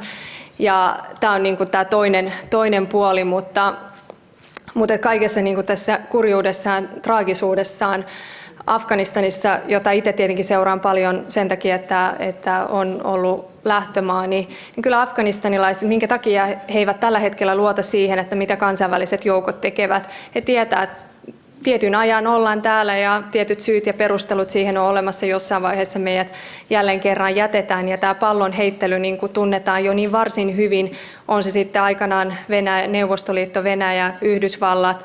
Itse asiassa tällä hetkellä Kiina on iso pelaaja niin kuin kaikessa ja Kiinasta puhutaan hyvin vähän, mutta jos mietitään monia Afrikan maita, itse asiassa Aasiassa tällä hetkellä ne tiet, mitä rakennetaan, niin ne eivät ole kovin ilmaisia. Eli kyllä Kiinan roolikin on hyvin suuri. Kyllä, se maailma vielä, jos me niin kuin länsimaina vielä pystyttäisiin arvioimaan omaa tekemistämme, niin toivottavasti meidän elinaikana sellainen nähdään. Toivon kovasti. No, kiitos paljon Nasima, että pääsit tulemaan. Antaanko Nasimalle aplodit tässä vaiheessa? Kiitos. Okay, so then we'll be moving on to Sweden. We have Lisa Pelling. She's a chief analyst at Stockholm-based think tank called Arena Idé, and she has, for instance, advised the Swedish government on issues of immigration. So, please. How many minutes do I have? 20. Perfect. Thank you very much. I'm so happy to be here. It's really a very relevant topic and a very timely topic, and I hope to be contributing with a Swedish perspective. Now, I know it's very particular for a Swede to speak to a Finnish audience because you follow Swedish news very closely, and there are lots of links between our two countries, and I had a hard time trying to decide what aspects would be most important to raise. So bear with me if there are things that I leave for the questions and answer session afterwards. I have a presentation in 3 parts. I want to talk to you about the numbers first, to get some proportions, how many people are coming, where do they come from. And then I'd like to speak a little bit about xenophobia, and how that is developing in Sweden, and support for xenophobic parties is very short. And then I'd like to talk to you about integration, how we're looking at this, the challenge after the challenge of accommodating the people that are now coming. We all know the big challenge is integration. So Sweden is a country of high and rising levels of immigration. This is a picture of my country since the 1850s, and you know that a lot of people left Sweden. 1/4 of the population left Sweden for the US. We really are a country of emigration, of people leaving, and this at the beginning of the 20th century turned into a country of immigration, and after the Second World War, this has been the predominant wave. People have come to Sweden in much larger number than people have left. But we are also a country of increasing mobility. The numbers of people leaving are also quite high and rising with time. This is a map of asylum seekers to Sweden since the 1980s. You can see there are a number of peaks there at the beginning of the 1980s. People primarily came from Iran and the war between Iran and Iraq. Then you'd have the wars in Bosnia and the former Yugoslavia. You see that was the former peak when we in one single year had just as many as we had last year in 2014. So this is an important perspective to any debate in Sweden at the moment, this confidence that we have been through this before. And many of you know the situation in Sweden in the beginning of the 1990s. We had this very severe economic crisis, terrible numbers of unemployment. We had for the first time a xenophobic party called New Democracy entering the parliament. We had neo-Nazis on the streets. We had a guy killing people at night with a laser gun, people with non-white skin color. So the situation in the beginning of the 90s was very dramatic as well. And at this same time, we had these very high numbers of Bosnians predominantly coming in. Now this is what asylum seeker numbers look in 2015. We talked in the break, are we to talk about a crisis or about a challenge? Definitely, I think the word we should use is a challenge, but it's also a dramatic challenge. Numbers are very high, and there's nothing we should do to try hide these numbers. At the beginning of this year, the Migration Board, pretty much everyone in Sweden thought that the year 2014 was the peak, and that we've passed the peak. The forecast for this year was slightly less than 80,000, which was the number last year. And then in the middle of October this year, the forecast was set at 160,000, so twice as many as last year. And now the Migration Board are saying maybe we will be even more than that. The highest forecast has been set at 190,000 asylum seekers in one single year.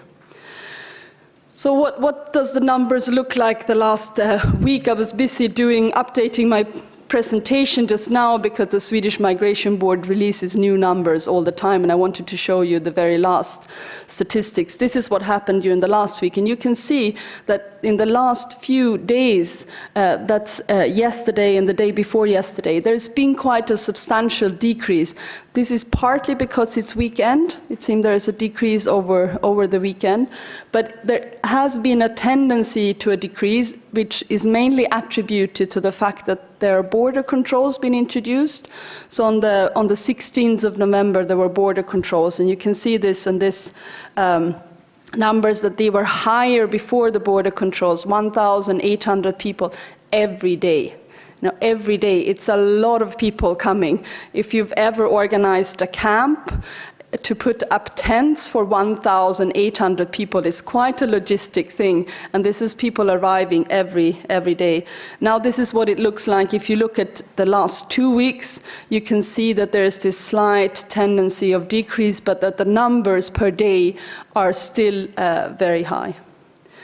And unaccompanied minors have been a large share of people arriving, and as you know, unaccompanied minors, there are children under the age of 18 that arrive without their parents or other guardians. And as I think is the case in Finland as well, these are a group of refugees that are extremely costly. It takes a lot of resources to take care of them because you can't host them in a sports hall alone. You need to have a system of taking care of them. You need special housing, and then you would have to invest a lot in their schooling and so on. And in the past few weeks, they are now almost exclusively Afghan children. And now you might think that this means it's unrelated to the crisis in Syria. But as we learned before, I really appreciated your presentation about the complexity of the war in Syria. Now, the complexity also involves Iran taking part in the war on the side of the Assad regime, and they are taking part by providing the Assad regime with foot soldiers. And they don't have enough teenagers in Iran that they can send, but they have a large number of Afghan teenagers living in refugee camps in Iran without residence permit. So they can force them into the army and send them to Syria, or say either you are sent to the front in Syria, or we force you to go back to Afghanistan, where they've never been because they are there since generations. Faced with this, many of them, a tiny fraction of all the young people concerned, but some of them choose to go, and the smugglers have opened up this route all the way to Sweden. So also, again, and I'd love to have one entire conference about the root causes, right? We should really have that. There's no time for this now, but this is part of the root cause for the Afghan unaccompanied minors coming to Sweden. So it is a system at its limits. Some politicians have talked about a collapse. I think that's really the wrong language. We are not seeing a collapse of the Swedish state, of the Swedish welfare state, of the Swedish society, far from it. But logistics are very strained because there are a lot of people coming, and we need to house people, they need to get food, they need to get some kind of transport, and so on. So now the Swedish Migration Board has started hosting people in event halls. So this Malmö Mässan is this huge event hall, and there are just mattresses on the floor, and people are sleeping in there. But we also see municipalities who are now starting to cope. Some kind of degree of everyday business has arrived to some people. This one municipality where the picture is taken, you can see many of you from the labor movement are familiar with this kind of artistic decorations, right? This is from the height of the labor movement, and you see the workers going on strike in the background. This is a community in the middle of Sweden called Norberg. It's a community of 5,000 people, former an industrial place where there's no industry anymore, a really depressing place a few years ago where schools were closing, kindergartens were closing, The shops were closing, the gas stations were closing, which is like the last lifeline, as you know, if you live in the countryside. And now they have 1,000 refugees in a community with 5,000. And then the mayor says, if someone had asked her a year and a half ago, could this municipality take 1,000 refugees? She would have said, impossible, we can't, there's no way. And now they have 1,000, and they're coping. Now they discovered there were problems at the library because there were so many refugees coming into the library and so few computers. Well, they discovered if they employed a few of the asylum seekers as interpreters, as guides, as kind of smoothing the system with the queue of the computers, everything's fine. People are really happy, shops are opening again, gas station stays, there are lots of people in the city. So, and this is just one example. These examples are also multiplying around the city.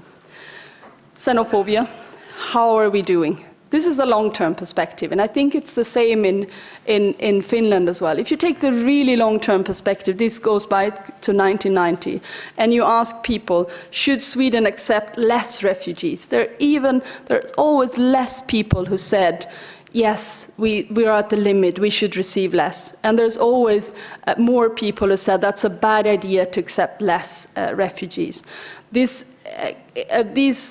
same kind of trends can be seen if you look at the European Social Survey, if you look at the World Values Survey.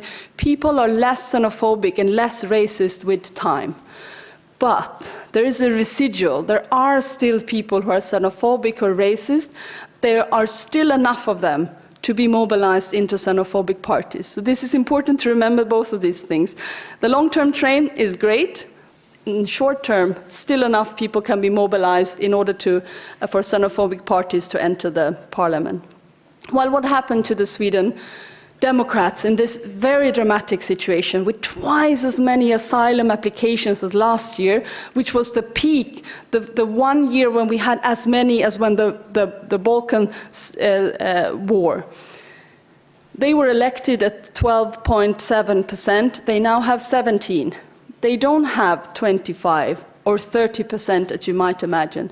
And they are not skyrocketing in the opinion polls. They are struggling with more or less the same, and in some opinion polls they're even slightly going down, which to me is a sense that they might have reached their full potential. This might be slightly less than 20%, that might be what they can actually mobilize. So, integration for the coming minutes. Well, when Swedes now look at this integration challenge, I think this example with the Balkans plays a really important role in our self-perception. That people are saying, well, we did actually manage the Balkans, despite this extremely difficult situation, economic crisis, xenophobia, neo-Nazism, people being killed on the streets, people saying these people will bring ethnic wars to Swedish suburbs. There were Bosnians, there were Muslims. Remember, there were Muslims, those Bosnians who come. And now people are saying, well, what happened to all the Bosnians? So people go, well, yeah. You know, there are best football players, they are members of our government. It's, you know, it all passed, and the numbers prove also this picture that it was a success story. The adults that arrived, they had some problems, particularly because of the high unemployment. Women particularly, that was a challenge that we did not manage, much higher levels of unemployment, much lower levels of employment. But the generation of the kids, the ones that arrived at the age of 3, 4, preschool ages, or the ones that were born in the 1990s to two parents arriving from Yugoslavia. But for them, the difference to the rest of the native population has disappeared. So in one generation, they have achieved the same level of education, same level of income, same level of living standard, housing standards as the native population. An amazing success story for this group. So this gives kind of a confidence. We did manage this group. We could possibly manage also the Syrians, particularly, who also bring high education, a lot of skills into the country. Age is, of course, crucial for this confidence that the integration will work well. This is a picture of how our finance ministers look at us. You would see that on the first few years of your life, you have a lot of public consumption. that you consume health care, you consume care, you also cost a lot of public transport. Your parents get child benefit, you get a parental leave benefit, and so on. It's only until at the age of 24, 25 that you would start paying to the system. And then you pay a lot into the system, and then when you go into pension, you do pay a little pension tax, but you do also consume a lot of health care, a lot of care, and you do get public transfers in the form of pensions. If you are a finance minister, who would you want? What kind of part of the population would you want? Well, you would want the 25 to 65, right? Guess where the immigrants are? Most of them are in the ages of 25 to 35. The absolute majority are in exactly this age span, which make them favorable in the eyes of the finance minister. And one argument, and it's not that easy, I know, don't accuse me of making things easier than they are, but it is a fact that even though it takes in average 7 years for a newly arrived immigrant to Sweden to get his or her first job, it takes 25 years in average for a native Swedes to take his or her first job.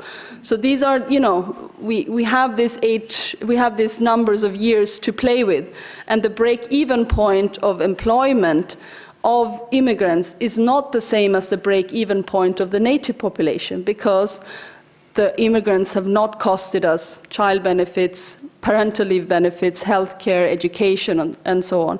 It's enough if the level of employment is slightly less than what the general is from the general population.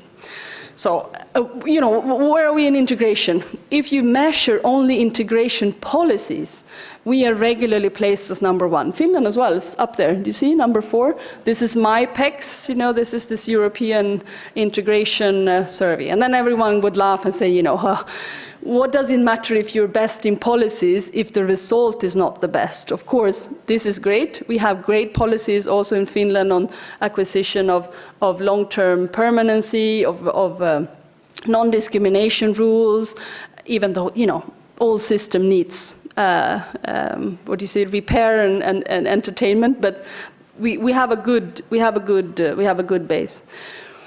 What are the results? Well, there are two ways of measuring this. One way of measuring is the gap, the difference in employment between the natives, the people born in this country, and the foreign-born.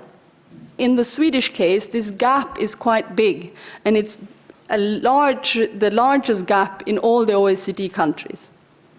But there is also a way of comparing the general level of employment of the foreign-born. And here we are above the EU average. This is explained by the fact that the general level of employment is very high in Sweden, in Denmark, in Finland. So the gap is big, but on a very much higher level. So if you're an immigrant and you choose between going to Greece, where almost nobody has a job, or going to Sweden, where you will have a 70% chance of getting a job, but maybe not an 80% chance like the native population. Of course, it's better to be an immigrant in the Nordic countries, even though the gap is big. This is not to relativize the gap. The gap is a difficult and important problem. We need to close this gap because it creates inequality, it creates, pushes wages down in the labor market and so on. We need to close the gap, but we're not as bad as sometimes think. So the labor market, and you can see there that we are the best in the EU, according to this statistics from 2012, in terms of the level of employment. So the challenge, and this will be maybe my most important statement today, is I think we need, and particularly as labor movement, me myself as a social democrat, I know many of you are social democrats too, I think we need to frame this integration challenge as a challenge of redistributing the long-term gains we know are there from immigration. We know we need immigration, we know it's good for our economy, but it's in the long term, and redistribute them to pay the costs we know also are there. We know the costs are there. There are real costs to municipalities, but they are short-term costs, they're concentrated costs. That's an important challenge too. The costs of immigration are often concentrated to certain parts of the labor market, to certain neighborhoods where people maybe are already not feeling safe, neighborhoods that are already not working that well. They're often concentrated to certain schools that might not be working well from the beginning. So we need to make this redistribution work well. I think this is the most dangerous argument you could have, is that to make a division between sorry, I have a cold. Open hearts and the maybe I'll stop here for the yes. I stop. Thank you.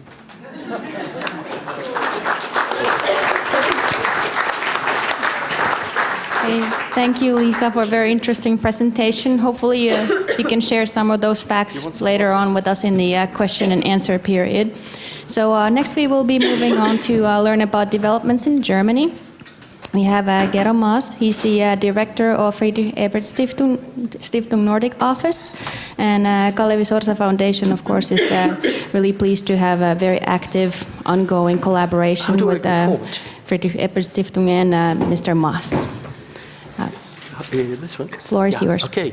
Yeah, thank you very much. I have to warn you a bit. I'm slightly bit more skeptic. Yeah. So I'm based in Stockholm. It's a regional project, so we work in all Nordic countries. We had last week we had one project in and one discussion in Stockholm, and next day I've been in Denmark. So personally, I feel myself a bit as stuck in the middle of the Öresund bridge. Yeah, to which side I should go. I will give you some figures very, very quickly, because you just add in 0 normally, and you have the same picture as in Sweden. Then a bit on the political effects, and then a comment on the 4 pillars of German policies in the moment, and to end up with what I would call squaring the cycle. What are the challenges for social democratic policies in times of easy right-wing populist answers? Okay. That was just, I didn't know what Gareth will present. Just to remind us, there are a couple of other countries with even more bigger problems. Yeah, you see, you remember this figure from leasing, so rising requests. Yeah, that will show you the same problem we had in the 90s. Yeah. And if you go down to the latest figures, of course, that's a 400,000. What estimation is 800,000? Yeah. So deeply respect regarding all the figures you presented, Lisa, from the border controls, etc. I fear a bit we don't know how many people are already in and will still come, and that is, of course, one of the political challenges. Yeah, so that the people have less the feeling we can't handle the refugees already in, but more, will it go on? That's the biggest part of the fear. Where do they come from? Syria, yeah, of course, it's the main part. But as you can see above, we had a lot of people from Albania and Kosovo. That is heavily reduced. Yeah, they are now underlined from the German government. That is safe countries. So that reduced a bit. Also, the Afghans reduced a bit. So we have more Syrians in the moment.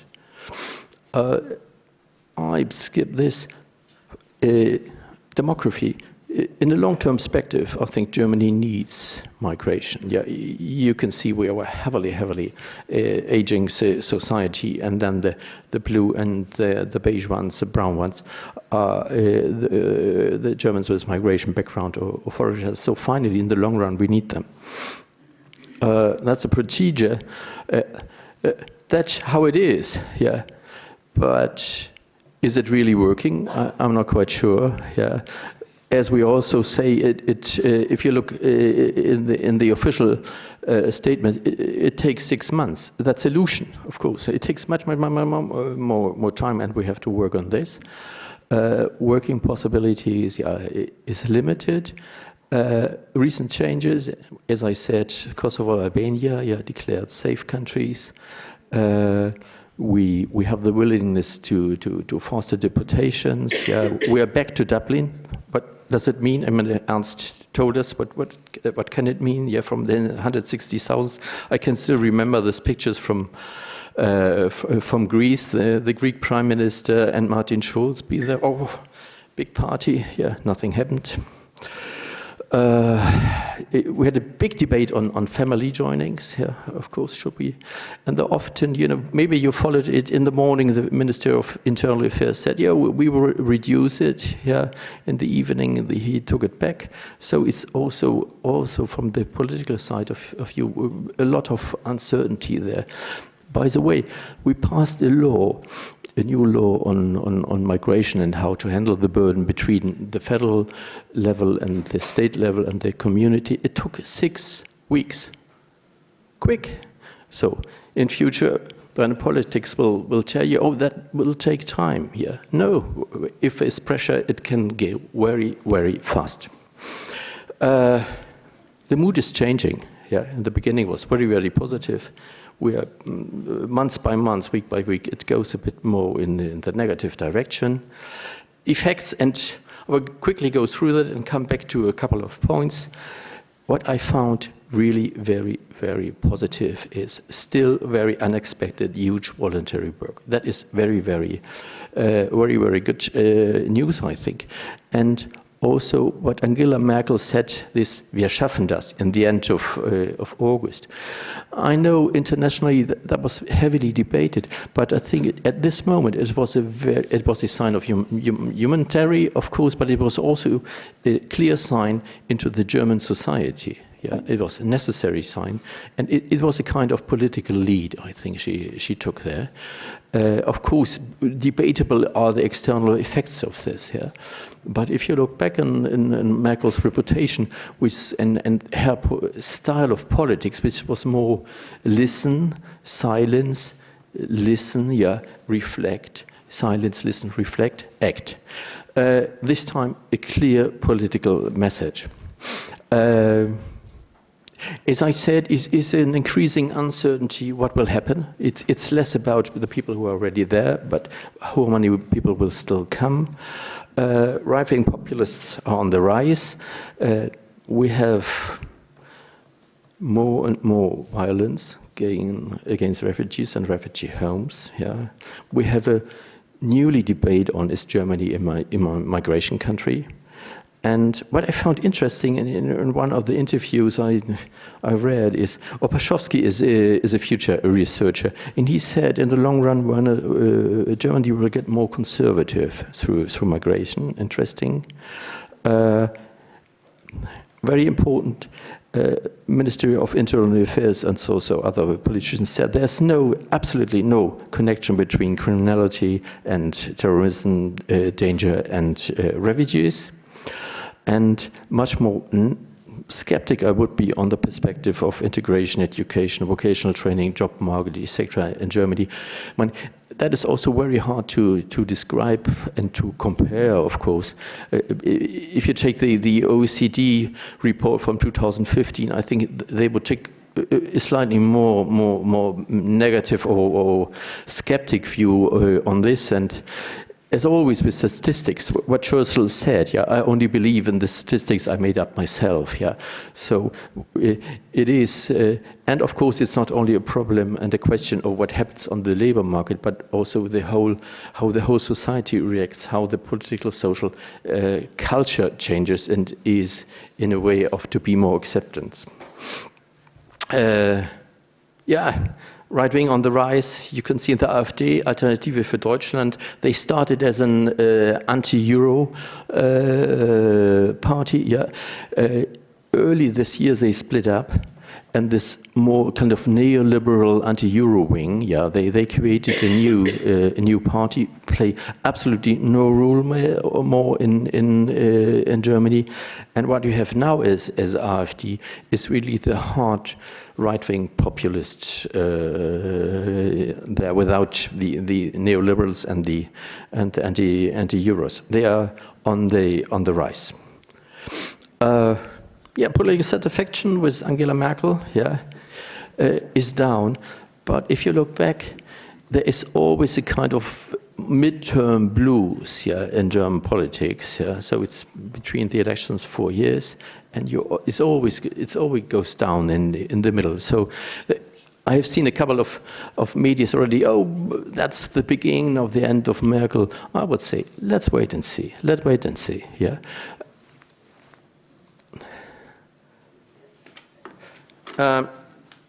No, maybe this one.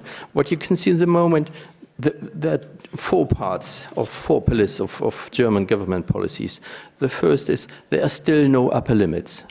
There is a lot of pressure also inside the Conservative Party, yeah.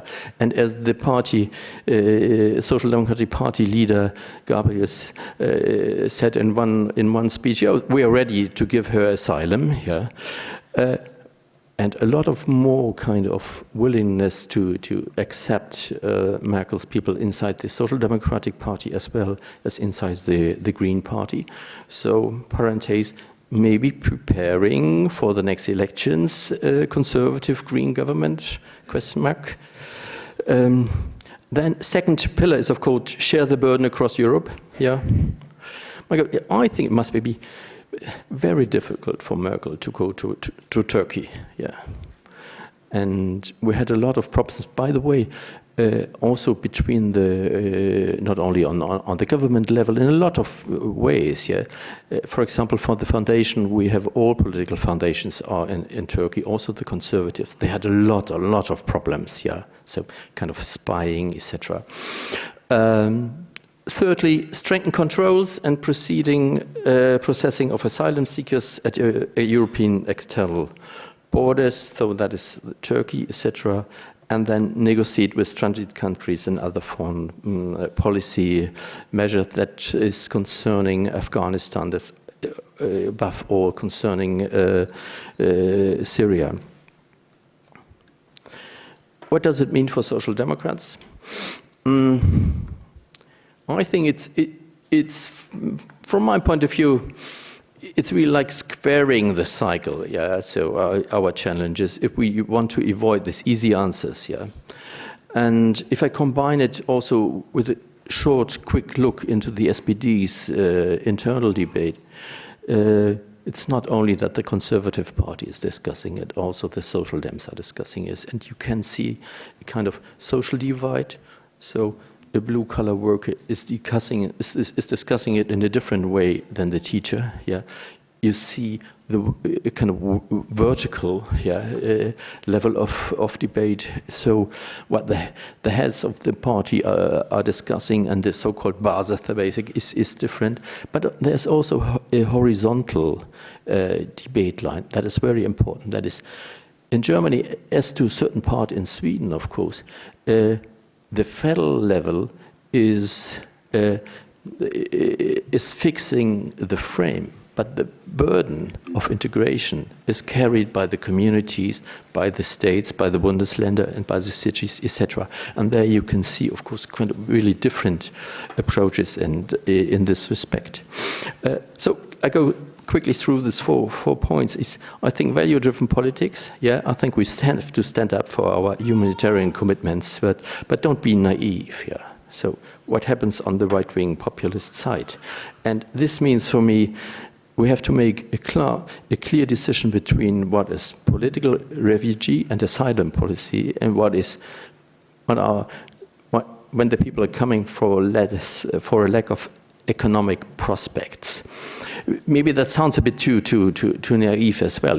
Finally, it's a lack of a total perspective of life, of course. It's not going about, I want to earn 100 instead of 50 or something. Of course, I can see why they are coming, but that is part of immigration policy, and that fosters into the debate, are we an immigration country in Germany? Again and again, especially the conservatives, they want to avoid this, yeah, and I think that is illusionary. Then national level, solutions on national level, that's really, we can see this kind of tendency of renationalization, but I just can't see it that it works in the long run, and we have to think and especially act internationally and European. And my fourth thing is digestion capacity of the society. I fear that we as social democrats have underestimated this. And so we have to go under a critical review and to see to which extent we had success with our integration policy. And if you look in the short run, of course, in the moment, that's to a certain extent a financial, a logistical problem to solve. In the midterm, it's about labor market integration, because the Nordic systems, as well as the German one, is if you have work, yeah, then that's the first step into integration. But thirdly, it is of course to find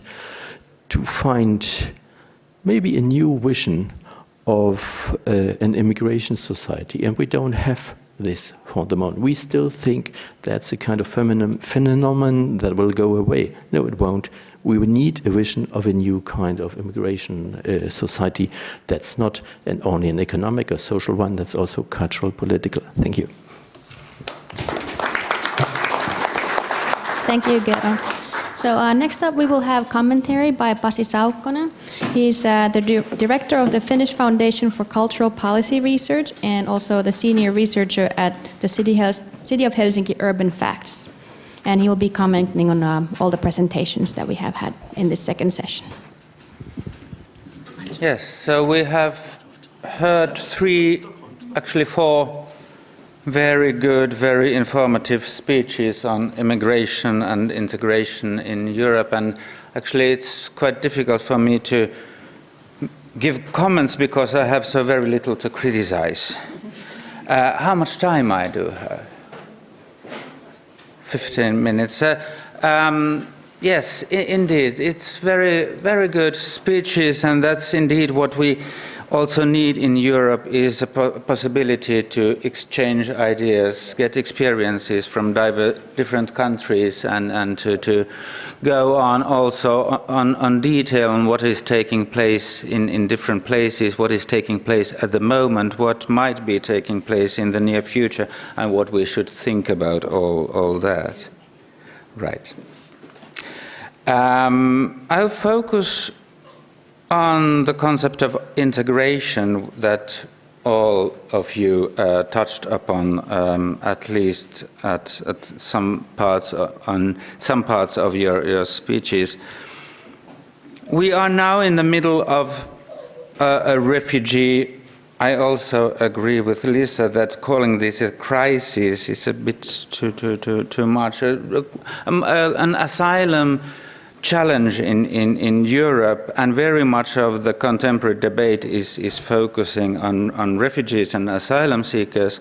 But when we are talking about integration, I think the first thing to remember is that integration is not something that concerns asylum seekers and refugees. It is something that concerns everybody that moves from one country to another country to settle there down more or less permanently. Also those who might, in the first instance, come as labor migrants. After all, it might happen that the place where they are working, their first place where they work is not the best possible where they integrate to the society, because, for example, they might do all the communication in English in Sweden or Germany or Finland, and therefore they wouldn't learn the language and so on. And also we have to remember that the large bulk of all migration is actually family migration, and the spouses and children, they also, in a way, they have to find their place in the society. And so this is that we should not forget at the moment that also now migration to Europe is much more than only asylum seeking. Well, immigrants should find their place in the society. That's actually the definition I translated as such in Finnish. It is a process where somebody finds his or her place in the society where he or she is living. And of course, this is a kind of a challenge to anybody who moves to live in another country.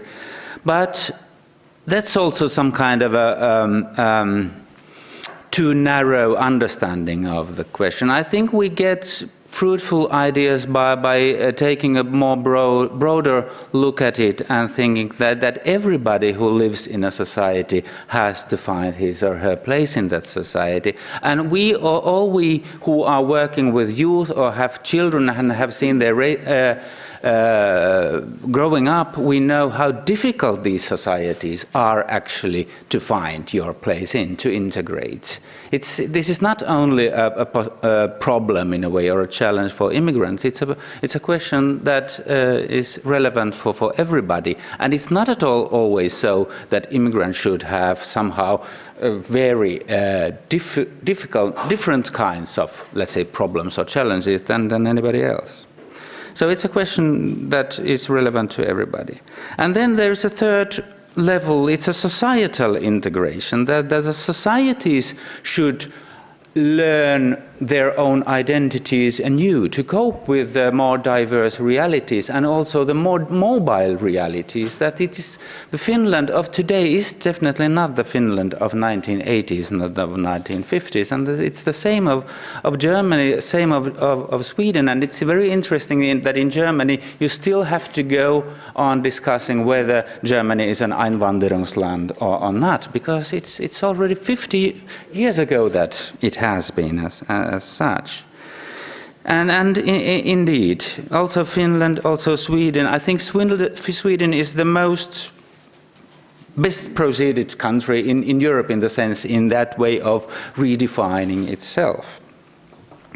Then the second point about, when we're talking about immigrant integration, we are mainly talking, politicians are talking, the media is talking about finding your place in at the labor market. And of course it's very, very important. It's very influential for the, let's say, economic impact of migration, that how well those who come, how well they find a job and start having an income and paying taxes and so on. But it's also something very narrow, that integration is much more than only finding a job. It's also a question of socio-psychological well-being, of feeling secure in the place where you are living locally and nationally. It's about social networks that should be, let's say, larger, that should exceed the borders of your own ethnic or cultural community. It's about cultural integration, about learning the language, knowing the values, sometimes accepting, sometimes disagreeing with those values, understanding the more general cultural landscape in the country you're living in. It's about political integration, about understanding the democratic values of the society, participating in political decision making, at least by voting, and so on. So integration is also much broader in this sense, and it's very important to remember this, because we know, it has already been said, for many of those who have come, it will take years before they get that job. And it's very important for them to be integrated and to integrate to Finland, Sweden and Germany in all those other ways that they can integrate and will integrate. Because also those who have a job can be quite badly integrated, and also those who don't have a job can be very well integrated. So making the final judgment about whether integration and integration policy is succeeded or not should not focus on labor market situation only. Then I'll only very briefly mention that the second generation in Finland is very important. It's the crucial text for our integration policy, of which Germany and Sweden already has lots of experience that we actually have very, very little. But how Finland will look like in the future in terms of this growing diversity, it's very much a question how those people who are born here but who have parents who are born abroad, how they find their place in this society. It's then very much a question of equality, identity, about equity also in a broader sense. Finally, integration is a long-term process. We need to have patience. It's not something that takes place in a couple of days or weeks or even months. It's a cultural change that takes place at an individual level, community level, societal level, and cultural changes always take time. It's a question of integration policy, but we also have to remember that politics in today's world has its limits. I believe, a little bit cynically maybe, that the great labor market integrator is actually economic growth. And it's something that integration policy actually cannot affect that much. If we get more that kind of jobs that have a kind of a low threshold, that those who are newcomers can easily enter and get a job, that is also helps the labor market integration a lot. And local level is important. That is, we have been focusing also, we as researchers, we have been focusing too much on the national level. We should know much more what are the good practices at the local level of integration. And finally, a question of Germany being a country of immigration, Sweden being a country of immigration, Finland being a country of immigration. That's also all very important debates. But what we still are lacking even more crucially, more seriously today, is a question of Europe as a continent of immigration. That somehow it seems that the whole Europe has missed the point to start discussing that indeed this continent is changing. This is a part of a global mobile world, which means that you cannot simply close the borders and think that we are living on an island. Thank you.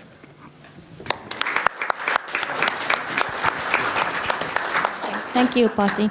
So unfortunately, time is running by really fast. So what I propose we do is take 3 questions and then continue discussion about this topic with a cocktail in hand. So, but we can start with Mr. Stetter had a question, and then 2 more after that. Thank you for giving me again the floor. I would just like to say I was more than happy that Lisa put this so positively in a way, but nevertheless, and this is the question or the comment, we should be aware that we will have a problem with populists and we will have also a problem with racist people. If you are saying 78% or so of the right-wing parties, well, this is perhaps the peak. Nevertheless, you can have a situation like in France where it's most probable eventually that the next president comes from Front National, and this will change a lot in the whole circumstances we are talking about. And I think in that way also, Gero, I think within our party, the SPD, I'm also a member like you, perhaps currently the debate is not an open one, but it's burning, it's cooking, and it can come up very, very quickly also within the SPD that there is a kind of eruption coming up, as it was this weekend in the CSU party. So we have to be careful on this issue. But my point is, there is the danger of populist parties which are changing the whole thing, even if we are saying, as you are saying, Europe, if you have 500 million population and 5 million are coming, this is 1% of the whole population. So the figures are not very high, but the problem can become very, very important. Thank you. Ja sitten 2 kysymystä vielä lisää, suomeksikin voi kysyä.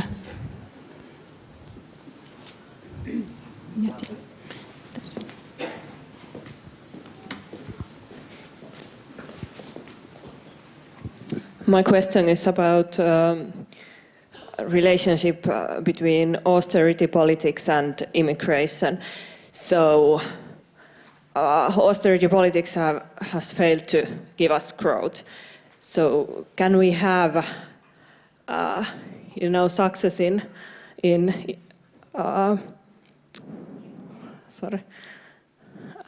integration with austerity politics and without growth. One more? Anybody? Here's one, there's another one.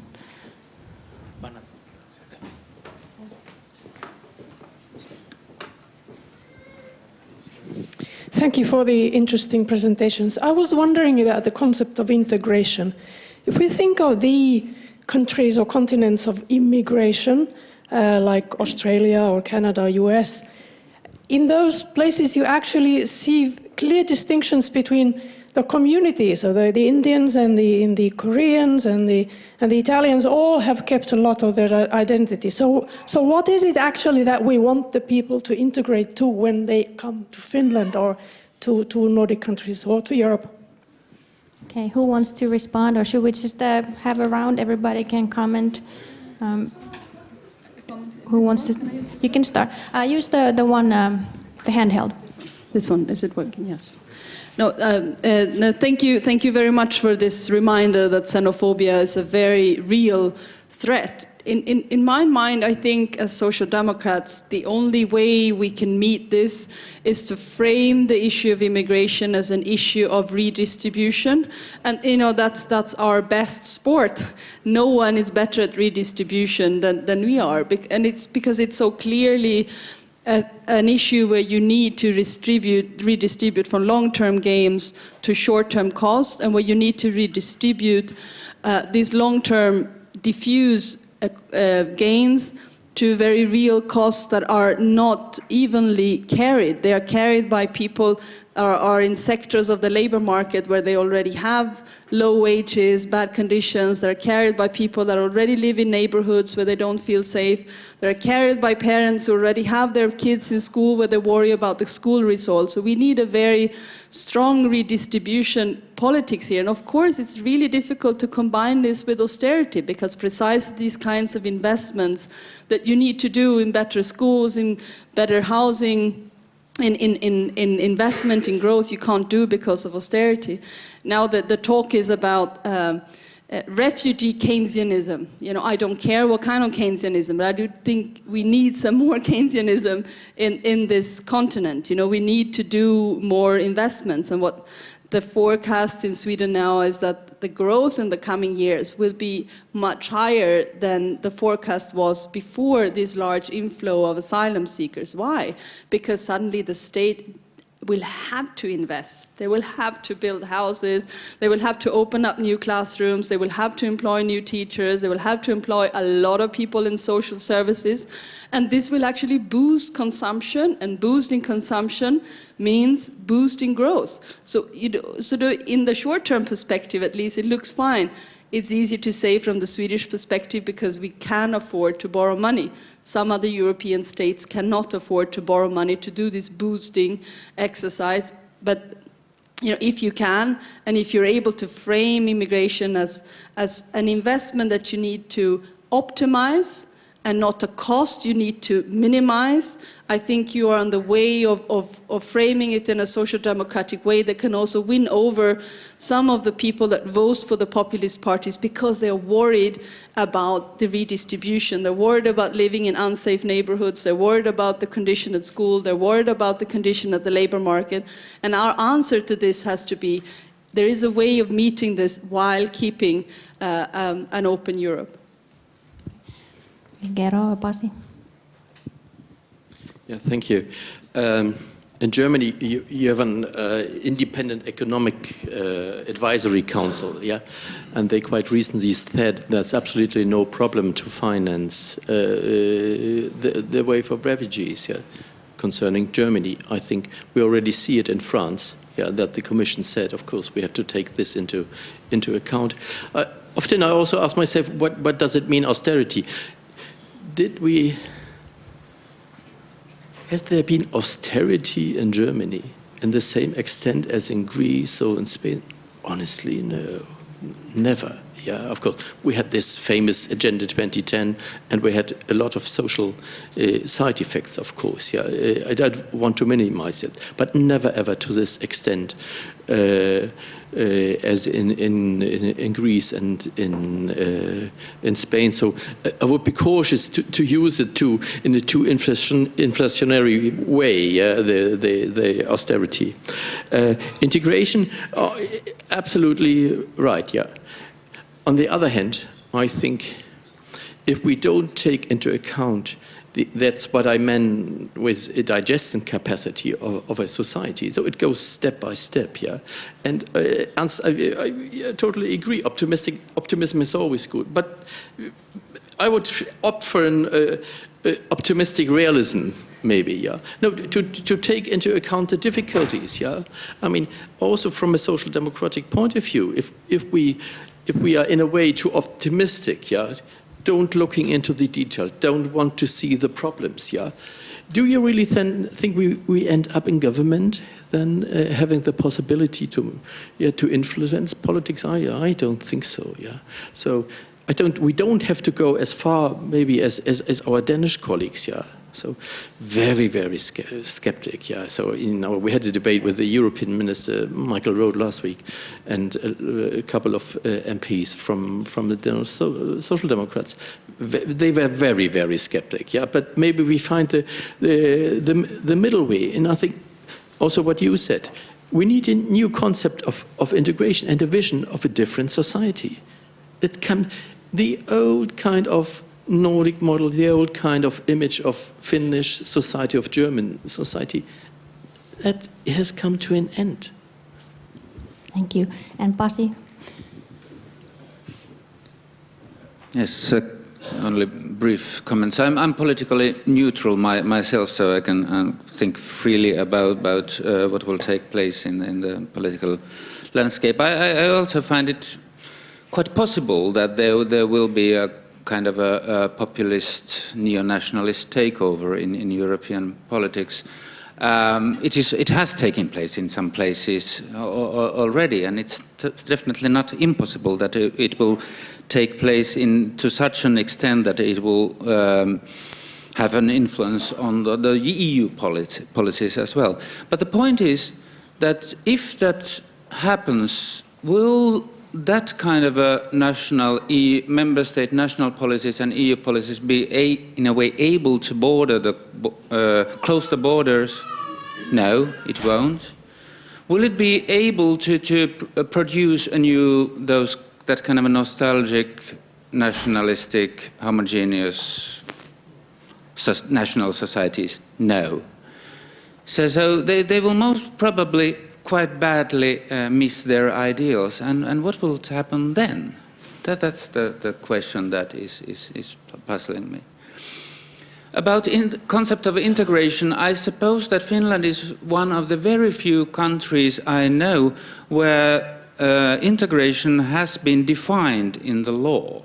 I think in Sweden there is no such a definition, nor in Germany. But if I remember now correctly by heart in English, integration means a mutual process between the immigrant and the Finnish society, where the newcomer starts participating in the Finnish society, especially in the labor market, while at the same time maintaining his or her language and culture.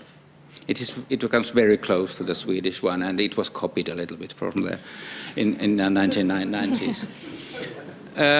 But the point is that was already also said by Gerard, that what does it really mean to be integrated in society? What kind of a society is Finland that you are supposed to integrate to? And then there is a big question in Finland, what do these linguistic and cultural rights of immigrants really mean in practice? That's a question that is still very much undebated in Finland. And about the austerity things, yes, Finland has been a little bit unlucky in the sense that the two times that we have had a higher peak in immigration in the early 1990s, and then now it has taken place at the same time as we have been facing tough times in the Finnish economy. So of course it causes some problems. But the big question for me is the future labor market in terms of structures, professional structures. do we have in the future, in 20, 30 years' time, still that kind of jobs that people are able to get without much education, without linguistic skills, without knowing the cultural practices? The the trend seems that they are diminishing all the time, and it means all the time also more challenges in the integration processes. Okay, thank you all for sharing your insights. Okay, very quick. No, that you don't misunderstand me. When I'm talking about the kind of new vision of society, of course, there is a basis, yeah. In the German case, that's our basic law, yeah. That is to accept, yeah. So we don't want parallel kind of judges, as you find in certain parts of Berlin, for example, yeah. So in this sense, never ever. Yeah, so I just wanted to end this. Thank you. Nyt sitten päivän tulee vetään yhteen vielä kansanedustaja Tytti Tuppurainen. Hän on muun muassa jäsen suuressa valiokunnassa ja eurooppalaisen demaripuolueen presidenssin jäsen. Ole hyvä. Ladies and gentlemen, dear friends, thank you for your kind invitation to address this conference with concluding remarks. I think it's quite impossible to summarize everything that has been said, especially that we are so desperately behind the schedule. But please allow me a few perspectives on the issue. It is clear that Europe is facing the biggest refugee crisis since the Second World War. More than half of those who have reached Europe this year were from Syria, the Horn of Africa, and Afghanistan. These are countries and regions torn apart by war, oppression, persecution, instability, poverty, or religious extremism, and in case of Syria, Afghanistan, and Libya, all of these things. In order to find comprehensive solutions for refugee crisis, we should primarily address its causes, as it has been said, including war, poverty, and a sharp rise in inequality. Europe has a significant role to play in its neighborhood.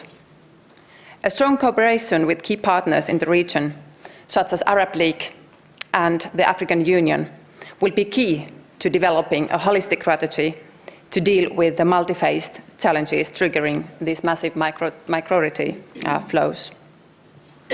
This is clearly a crisis for Europe, a crisis of solidarity and lack of burden sharing. But above all, it is a humanitarian emergency with those arriving seeking peace, stability, security, and help from us, a vast majority of them being women and children. Hyvät ystävät, vielä yksi vertaus tästä mittakaavasta. Olemme kuulleet, että joukot, joita Suomeen tulee ja Eurooppaan tulee, ovat oikeiston mielestä hallitsemattoman suuria. Mutta jos ajattelemme, että EUn alueella on 500 miljoonaa asukasta, 500 miljoonaa ihmistä, ja toistaiseksi tänne on saapunut noin 800 000 pakolaista. Tätä taustaa vasten kovasti allekirjoittaisin liittokansleri Merkelin sanoman "Wir schaffen das". Tätä lukemaa voi verrata myös Yhdysvaltain muuttoliikkeen huippuvuoteen 1907. Tuolloin Yhdysvaltain mantereelle saapui 1 300 000 siirtolaista ja tuolloin tuon maan oma väestö oli saman verran kuin Saksassa tällä hetkellä, eli noin 80 miljoonaa. Mutta muuttoliike eittämättä tästä vielä jatkuu. And now into English again. Instead of building walls, we need to provide safe and legal avenues to reach European soil. For us as a social democratic movement, this means humanitarian corridors by strengthening the provision of humanitarian visas in the visa code. It means family reunification, private sponsorship schemes, flexible visa arrangements, and a permanent EU-wide system of resettlement. We must speed up the discussion on a binding permanent resettlement and relocation mechanism within the European Union. This is also in the interest of Finland. Tällä hetkellä keskustelu turvapaikkakriisistä ja maahanmuutosta keskittyy hyvin paljon rajoituksiin, EUn ulkorajojen vartiointiin ja siihen, millaisia rekisteröintikeskuksia pystytämme niin Euroopan ulkorajoille, hotspotteihin kuin tänne Suomeen ja lähialueillemme. Se on epäilemättä tärkeää ja olemme Suomena mukana esimerkiksi Frontexin voimavarojen vahvistamisessa, mutta meidän tehtävämme sosiaalidemokraattisena liikkeenä on nyt kääntää huomiota ja keskustelua voimakkaasti kotoutumiseen ja integraatioon. Jo tällä hetkellä esimerkiksi Suomessa on noin 20 000 turvapaikanhakijaa, joiden tarpeet eivät voi odottaa. Aivan kuten täällä Nasima Razmyar sanoi, kielikoulutus, kotoutuminen, vuoropuhelu suomalaisten kanssa, se täytyy aloittaa välittömästi, jotta hätämajoitusyksiköistä ja vastaanottokeskuksista ei muodostu varastoja, saati henkisiä vankiloita. As Social Democrats, we must put the battle for the respect of human dignity and fundamental rights at the top of our agenda through the proposal of effective integration policies which provide access to basic rights such as education, healthcare, social housing, access to the labour market and guarantees for a decent standard of living. Ja viitaten täällä esitettyyn kysymykseen kuripolitiikasta, on varmasti niin, että tämä muuttoliike antaa mahdollisuuden myös elvyttävään politiikkaan, niihin julkisiin investointeihin, joita eurooppalaisessa talouspoliittisessa keskustelussa on kovasti kaivattu. Lopultakin viitaten näihin todella traagisiin tapahtumiin Pariisissa, on syytä noterata, että poliittinen oikeisto käyttää näitä tekoja hyväksi luodessaan vastakkainasettelua ja leimaamista, mustamaalaamista turvapaikanhakijoiden suhteen. On erittäin tärkeää, että erotamme nämä rasistiset ja puheet ja muuttoliikkeen toisistaan ja kytkemme irti käynnissä olevan terrorismin vastaisen taistelun ja muuttoliikkeen.